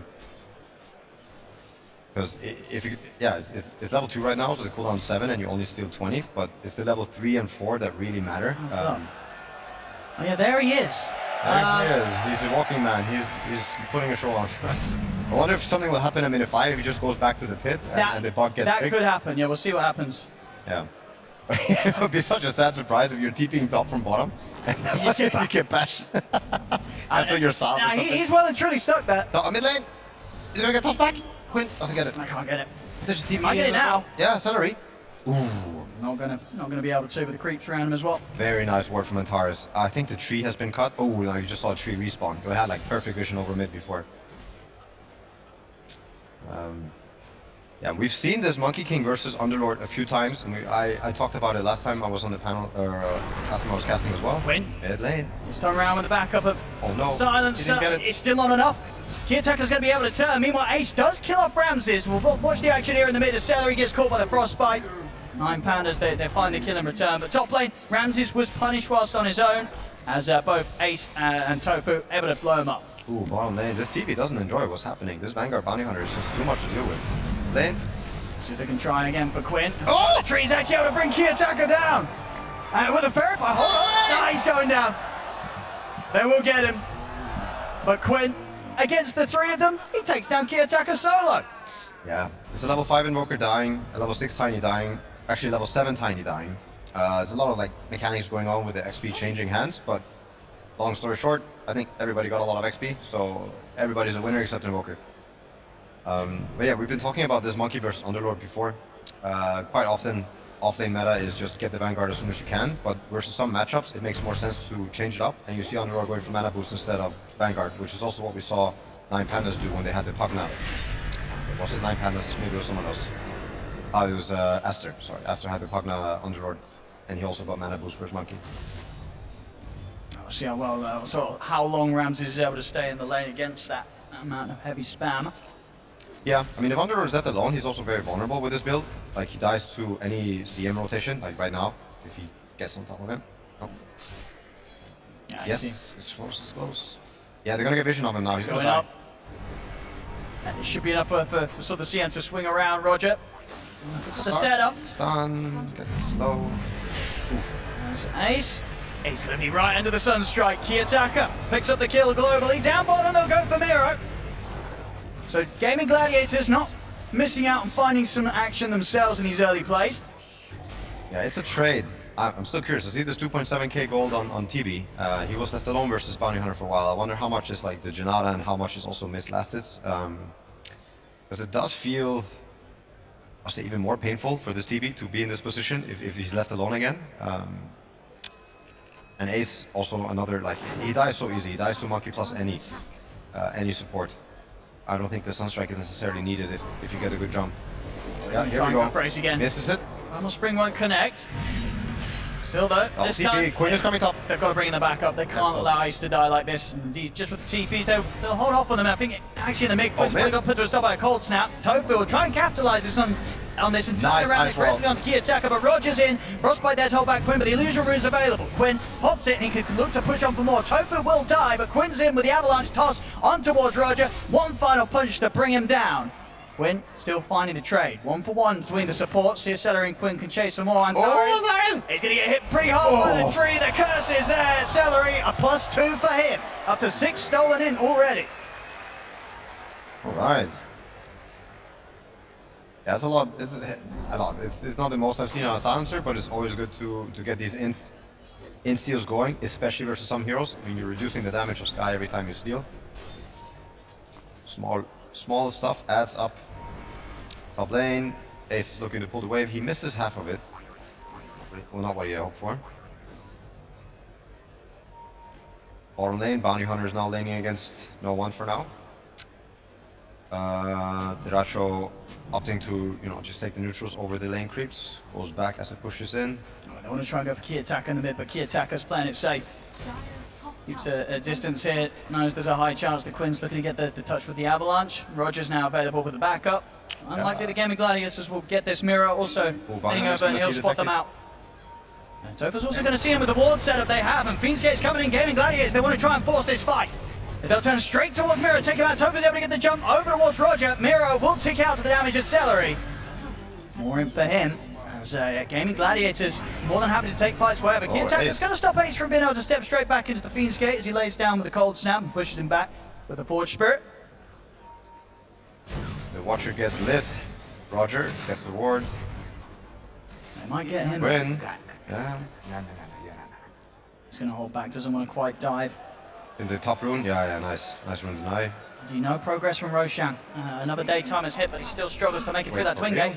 Oh my god, he's still here. This is going to be interesting later in the game. I don't know. There's not a Rosh in this game then. Or maybe somebody has to go stun him.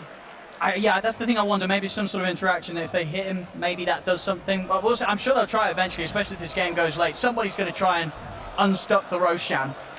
Yep. I don't know what to call it, but maybe it's just a feature of the game. Roshan. He needs that encouragement. He's trying ever so hard. He just can't quite make it up that final step. Oh no! They're going to go on to key attacker, but the TP's coming in. Quinn and Tofu, they'll have to back off Celery. Oh, Henny, get the 3-man curse. Maybe there's a chance for a turnaround. Tofu considering jumping in, but he won't go for it. Doesn't want to try for the fight in that mid lane. Top lane, Ramses still with a hot farm as Maelstrom. He's closing in on it. This bounty hunter is feeling super awkward in this game. He hasn't really found a place. He hasn't really found a pressure point. Rotating mid when he died, I think made him feel really weird about what's happening in the game. He felt like maybe he had to help mid, or he wasn't pressuring bottom at all. But now he's back bottom. Oh, what's this? Oh my goodness, look at that, the setup there, the Sunstrike's coming! Oh! He's gone! Oh! He couldn't quite get the Sunder off in time! What? Did he cancel the animation? I didn't even understand what happened. We've got to get the slow-mo replay on that one. Could he have got it off? I think so. To me, it was like he canceled the animation, but maybe it was just like a 0.0 second that's thing. So close. I mean, I'll tell you what, this has been a pretty hot game so far from Key Attacker with his Sunstrikes. Yeah, on point. He didn't miss anything, yeah. Oh my god. I tell you what, Sunstrike's back up. Miro could set up on this. This bounty hunter just went from sad to happy. Very happy. Too far into the tier 2. In fact, Tofu. Turn around, drop the mines out. Oh, where are they going? Coming in, they want to kill Miro. Backup's headed in, Ace. He'll turn up, they'll take Miro down, catch him in the route.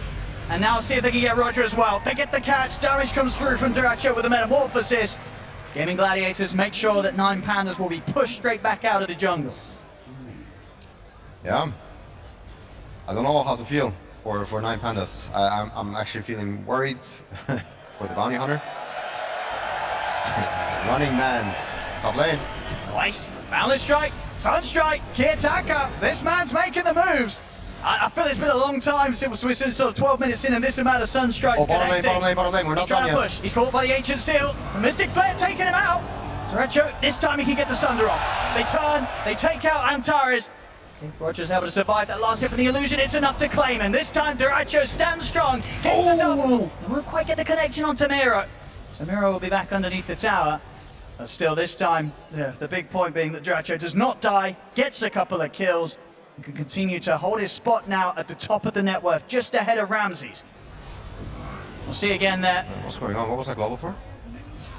I think what he was trying to sort of put a stop to the Mystic Flare, but it already came out. Oh, excuse me, I thought it happened in the game. It was the replay I heard in my ear. Oh. No. Oh, okay. He hasn't got a refresher quite yet. No, yeah, I'm looking cooldown. Yeah, 80 seconds, okay. Replay, yeah. Okay, Quinn TPs, they're grouping up for a smoke. And Kyutaka looks to be the target. If he shows his face mid. Maybe he likes it there. He's at less risk of getting killed. Yeah. Where it goes back to one of his pits, they're not proven to be the safest part. He hasn't had a high success rate surviving in those. Oh man, Kyutaka, he smells something. I think 9Pandas, they got a really good read of the game. I mean, to be fair, Gaming Gladiators has been mid quite a few times. Celery trying to sneak behind the tower to get a ward. They see the Invoker. They're starting to move in. Quinn shows himself mid. It's a tough position to be in. I don't know how to approach this mid tower. They might just give up on it. But they feel really bad because they're getting no trade for it. No damage on the tower bottom. Nobody's even farming the top wave. Ramses is probably at the safest camp in all the map. Yeah. Yeah, I feel a bit off about it, but at the same time, I guess it's not the biggest loss. What I'm worried will happen is the impact in the later fights. This bounty hunter can't really contribute too much compared to the Underlord. And it puts a lot of pressure on this Monkey and Invoker to do something against the Radiant lineup, like to do a lot of the heavy lifting, damage-wise, stun-wise, setup-wise. So they can get with this smoke, Gaming Gladiators. Oh, Like 9Pandas are aware. Roger, you are so dead. He certainly looks it. Quinn, he'll take it solo. Oh, I didn't get the end. What a shame. So bottom tower looks to be the next target. They have meta. 9Pandas, they're gonna go for the trade on top. Yeah, Ace, you are in trouble, bro. I should be able to get him. This is still at that point where he hasn't quite got the pipe out. TP's Oh, is no. coming in quick though, and now they've got to pull back. was not in trouble. They won't be able to commit Just for him. Frank. And in fact, he's got the full mech done on top of the Vanguard now, so not an easy target to go for. Well, tease around with Tofu, but again, they do not want to step up to the high ground with the fact that Ace is ready to set things up. And the five-man Duracho, top. he's also moved to this top half of the map. Duracho's ready to push. There's the tracks. They should know, but 9Pandas set up here. If they're forcing this, that means they want the fight. They're ready for the fight. 9Pandas looks like they're not. They're not. They're just giving it up. But no trade again. The question is, have Gaming Gladiators seen what Roche is doing there? Have they? No, I don't think they have any knowledge. I don't know if 9Pandas had the same discussion or like had the same thoughts that we had. Like maybe it'll fix itself. I don't think anyone went back there to check. Tofu. Oh, hit home. This is really awkward because Techies wants to take over this. Well, I don't know how to feel about this.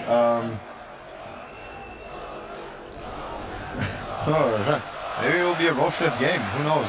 I don't think he's going anywhere. I think he's well and truly stuck. Well, nobody stunned him yet. I think that's the only fix. That's true. I can That think might of. work. Yeah. Well, maybe if they come and hit him with an avalanche, we'll see if Quinn tries that later. But strange mechanic is Techies can't really mine up the twin gate on the tire side for now. But maybe later in the game you can. See bottom mirror. Scanning out the Ratio. I mean, him and Torres and the Sunstrike from Kiyotaka, that might be able to do it. Oh, they found it. Let's see if they can do it in the combo. It's the setup. There it is. The global silence. It came up almost instantly. I mean, fantastic preparation there and reaction from Celery. And it's going to be enough to keep Duracho safe. They turn and they'll be able to take down Miro by the looks of it. He's speedy. Well, actually, maybe he's too speedy. He's getting out of it with the phase boots. And in fact, okay, Miro will at least be able to run away. But great reactions there from Celery to make sure that the combo wasn't in play. And I believe. Oh, but we're not done. The Sunstrike coming in. Oh, it doesn't hit. Oh. Let's see if they can. No, yeah, they're out of there. Oh, wrong. Okay. Are we just looking at Roche? Bottom lane, they're looking. Both teams are looking, I think.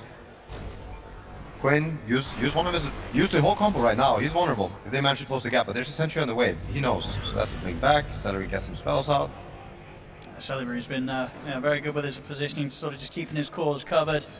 And as we saw, knowing when to pop that global and make sure that either Duracho, when he's farming out alone, will consistently be kept safe. Now it's going to be even easier for Duracho to counterplay with a man to complete. I mean, that's an MVP support, right? He's just looking at you farm, even though there's like the smallest chance of you getting jumped, ready to save you. Good stuff, good stuff.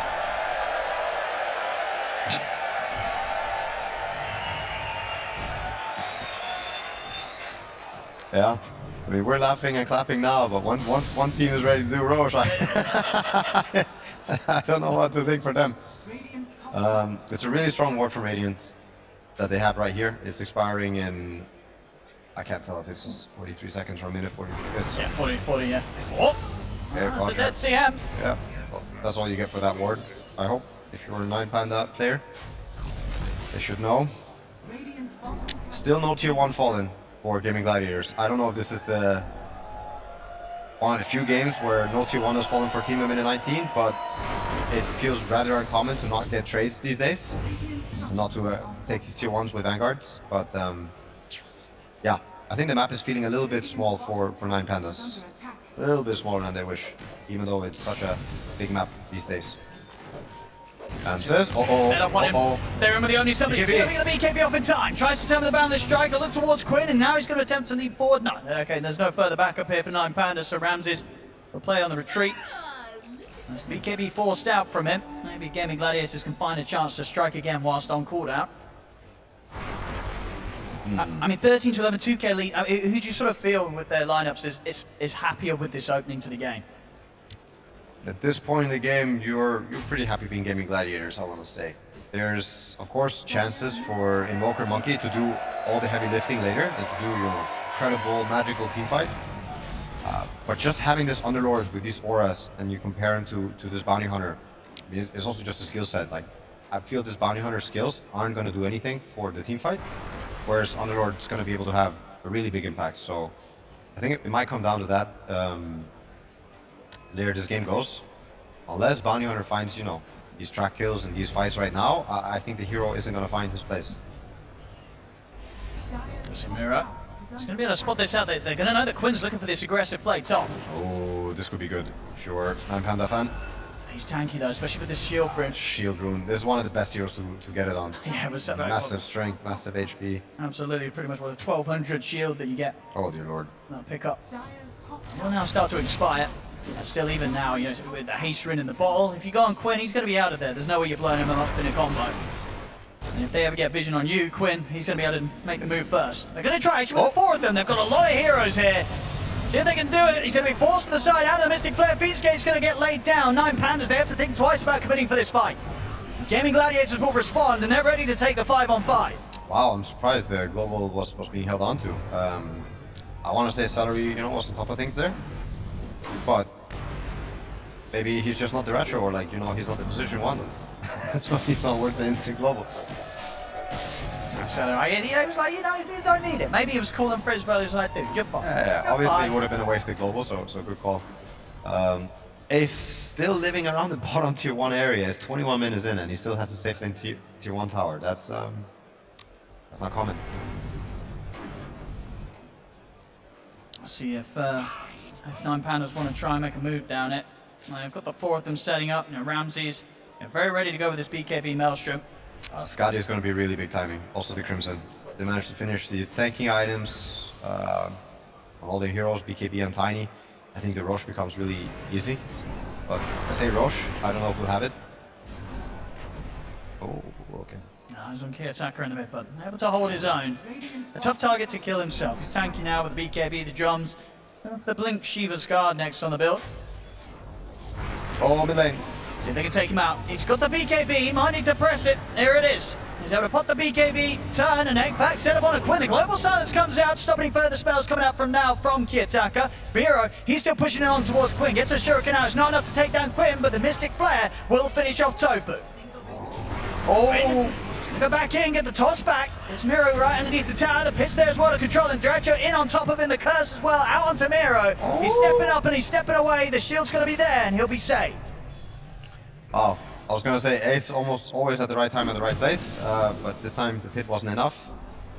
It feels like every time the Underlord gets involved, they have just enough to threaten and kill. I think this pit is super value with the Tiny and with the techies. I see big damage output increase now that the Mjolnir is done. I'll see once again this replay in the mid, that attempt to go, but not a part of the map, even at 22 minutes in, just due to the fact that they're still yet to be able to take this tier 1 down. An area that Gaimin Gladiators are more than happy to set up and try and find kills in return. You've got to be careful if you're 9Pandas and you poke at them at this point. Well, we're entering the Roche territory. As soon as Skadi gets finished, I think Gladiators wants to do Roche. And I really think 9Pandas wants to contest it. I don't think they're necessarily fully ready to do the Roche yet. Plus they're dire, so they would want nighttime, I guess. I don't know what nighttime, daytime means anymore. I mean, they're going to hopefully check up. They're checking Roche and maybe he's still running over there. He's still on the other side of the twin gate. Let's see if they can free him. Oh, this game is so weird now. It's officially super weird. I think they said that they don't want to go through the twin gate. They're like, well, is there any point to? Yeah, plus you're playing against techies. Normally this would be mined up and stuff, but in this game, Roshan. We're all cheering for Roche. There can be no winners this game. I mean, this game could end up being one of the games where he's at the best of KDA. You know, it's going to be 0 if they can't free him from this, if they can't kill him. Yeah, I'm not sort of seeing this, but I don't know if you can free him. You might be able to hit him, because you have to still hit him from Roche Pit, You have to hit him from Roche Pit. Oh, if you hit him like a Dragon Lance from TV and you stand at the edge of the pit. They're going to try and free him. Oh. Oh. There you go, Ace! He saved him! He saved him and drops down the pit. But why did they do this? The Terror Root kind of frees him up. We'll see now. So we'll see if this has messed up his cycle, right? Because in 10 seconds, is he going to go up there? Or does he think he's just sort of set up for a 5 minutes sort of period down it? If you're Gaimin Gladiators, you are thinking. You're thinking that the game is fixed. It's fixed, but let's see. Can he go through it? Oh, can he go through it this time? Okay, he can. He's figured it out. Roche, he's back to his old self. and all things are good in the world. Over he goes towards the pit. We'll get spotted out by Kiyotaka. He'll now be able to spread the news to his team that Roshan is back to his usual activities. Gaimin Gladiators, they're going to be going for it. We'll see if they can get here in time, as they are set up on the bottom half of things, but they're not really that close to the twin gates. So likely the Gaimin Gladiators, they will be able to take out this Roche. So a good job there. The Ace was able to free him.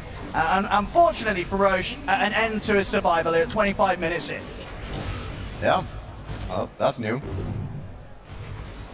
That is new. I wonder who you give the Aegis to, if you give it to Tiny. It just looks like no, because he's backing away. I mean, you do have the Skadi on the TV, so I would say you're pretty... He's done it! He did it! He's done it! The steal there on the kill! Wow, how do you find it? I mean, this lad, he keeps hitting the sun strikes! Doesn't matter if it's a hero, doesn't matter if it's a Roshan, Kiyotaka, he's been on point every single time, no doubt. Wow, impressive. That's I don't know if that's just a gut feeling instinct thing, or if he knew something we didn't know, but nice. Nice, I mean, yeah, these nice. things matter. These things definitely do matter. Yeah. And it was only the first Roshan, so there's no cheese to work with. And you're dealing with the Wukong plus a lot of this long-range spam on TP that I do think cuts through you. I don't think the pipe is enough, and you don't have additional heal on your team, so a straight-up push when all the 9 Panda heroes are alive, I don't think is super realistic. They're probably going to look to force something with a smoke and the Underlord ulti. As we can see, they're smoking towards the bottom area. Miro might be on the receiving end, or he might defuse the bomb. 9 Pandas are getting a bit low here in this effort. Roger! He'll be fine. I mean, it was the same time Gaimin Gladiators was starting to sweep over. They might find Kiyotaka relatively low. They'll see him at half health, but he's able to get out with a blink before the curse comes in from Celery. He's back and he's safe underneath the tier 2. I mean, Gaimin Gladiators with creeps coming in. They could look to try and take this tier 2 tower. Yeah, I think they'll take every outer tower, like every outer base tower, and I don't think 9 Pandas will look to fight it. The question is, can 9 Pandas get their own tier 1 tower? Let's have a look. I mean, yeah, as you said, Ramsey's probably going to wait until that next night is finished up before he turns up for the fight.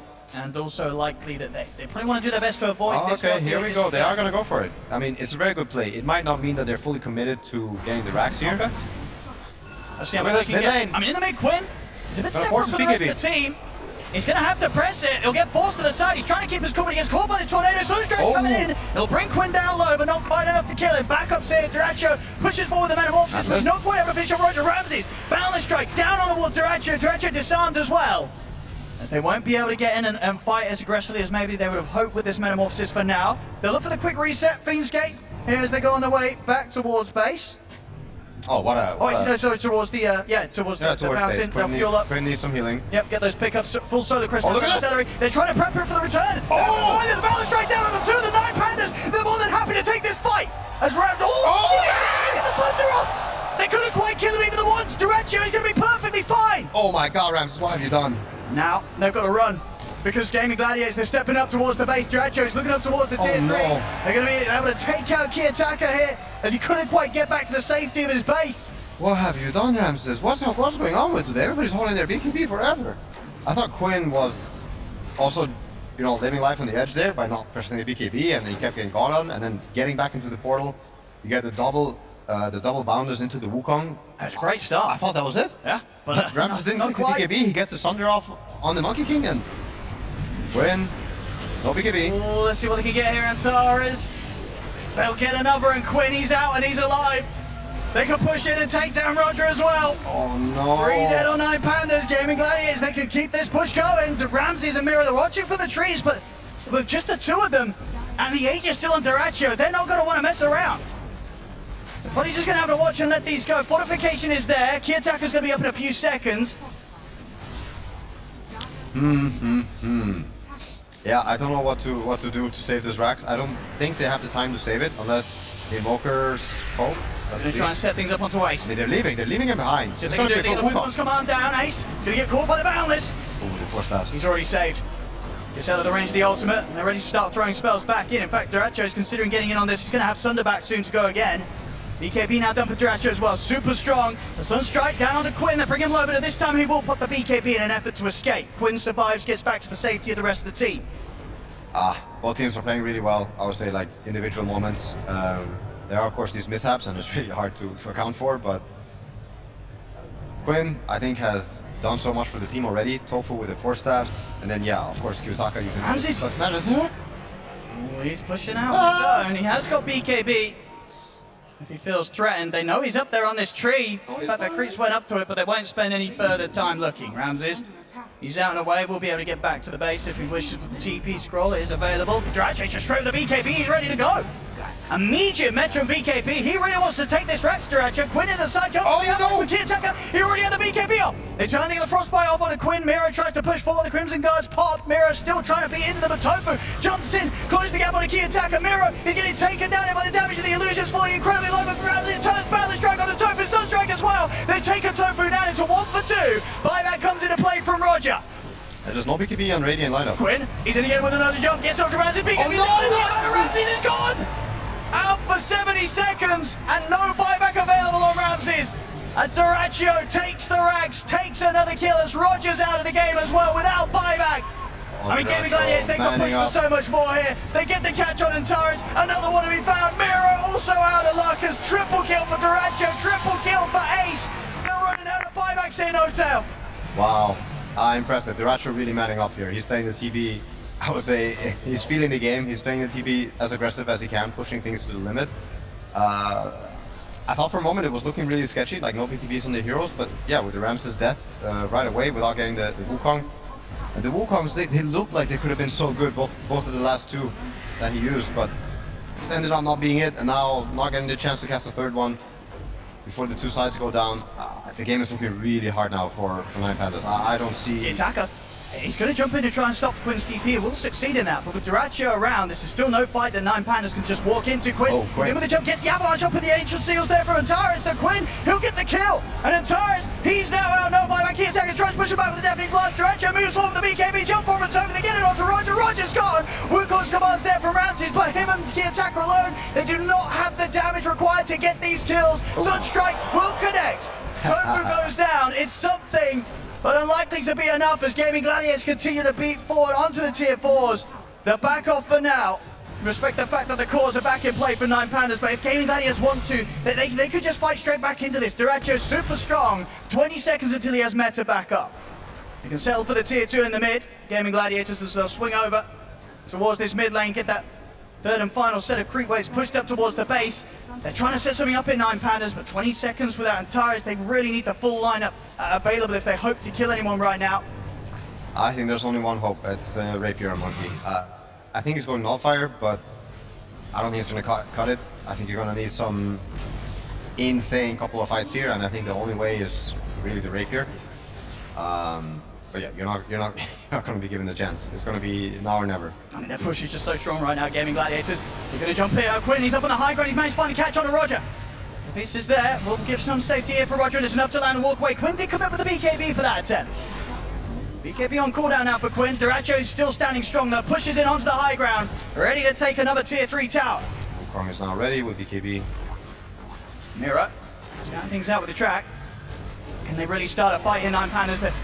They've got to do something, otherwise they're going to lose to some mega creeps coming out pretty soon. If Duraccio keeps pushing on like this, Mira caught in the pit. He's gone, no buyback. Ramses, he's going to try and commit start the fight, gets the jump, finds the 2 supports here with the Boundless Strike. BKB, the Wukong's command pressed as they'll take out Celery, but Duraccio and Ace are able to step out to the side. Duraccio turns back towards the Monkey King. Ramses, he's going down. Quinn's in with the toss. Quinn takes Ramses out. Again, no buyback guard available on him. Kiyotaka's tried his best taking out the 2 supports, but with 3 dead again, no chance at 9Pandas defending here. It's Gaimin Gladiators. They can look to take the final set of racks. They're playing really well. They're playing in a very controlling fashion. I really got to give a big shout out to Tofu and the 4-step users. Kiyotaka, he's really doing his best to try and hold it on his own here, and Tyrus will turn up to help out. He'll manage to survive, throwing out whatever spell he has left. But it's not enough. They don't care now. Gaimin Gladiators, they're too far ahead. Duraccio pretty much untouchable now on his Terrorblade. Miro tries to poke it back, but they know they can't turn it. GG is called. Gaimin Gladiators with a fantastic game 2.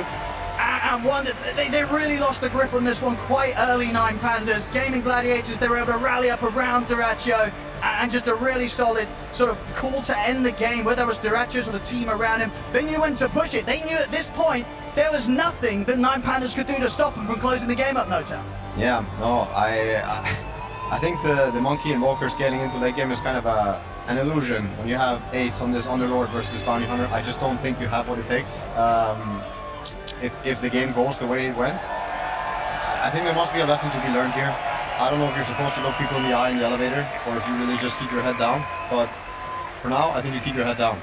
Yeah, I mean, of course, they've been knocked down to lower bracket. Maybe 9Pandas will be able to make the run and see if we get that sort of meet up again here between Ramses and Quinn. But as for today, Quinn's standing tall, standing strong, and the attitude, it was the way to play right. This game too, they get the first blood, they're not dropping any tips. They're focusing on the gameplay. It pays off here for Gaimin Gladiators. As ladies and gentlemen, Gaimin Gladiators with this 2-0 will be moving straight to the grand finals.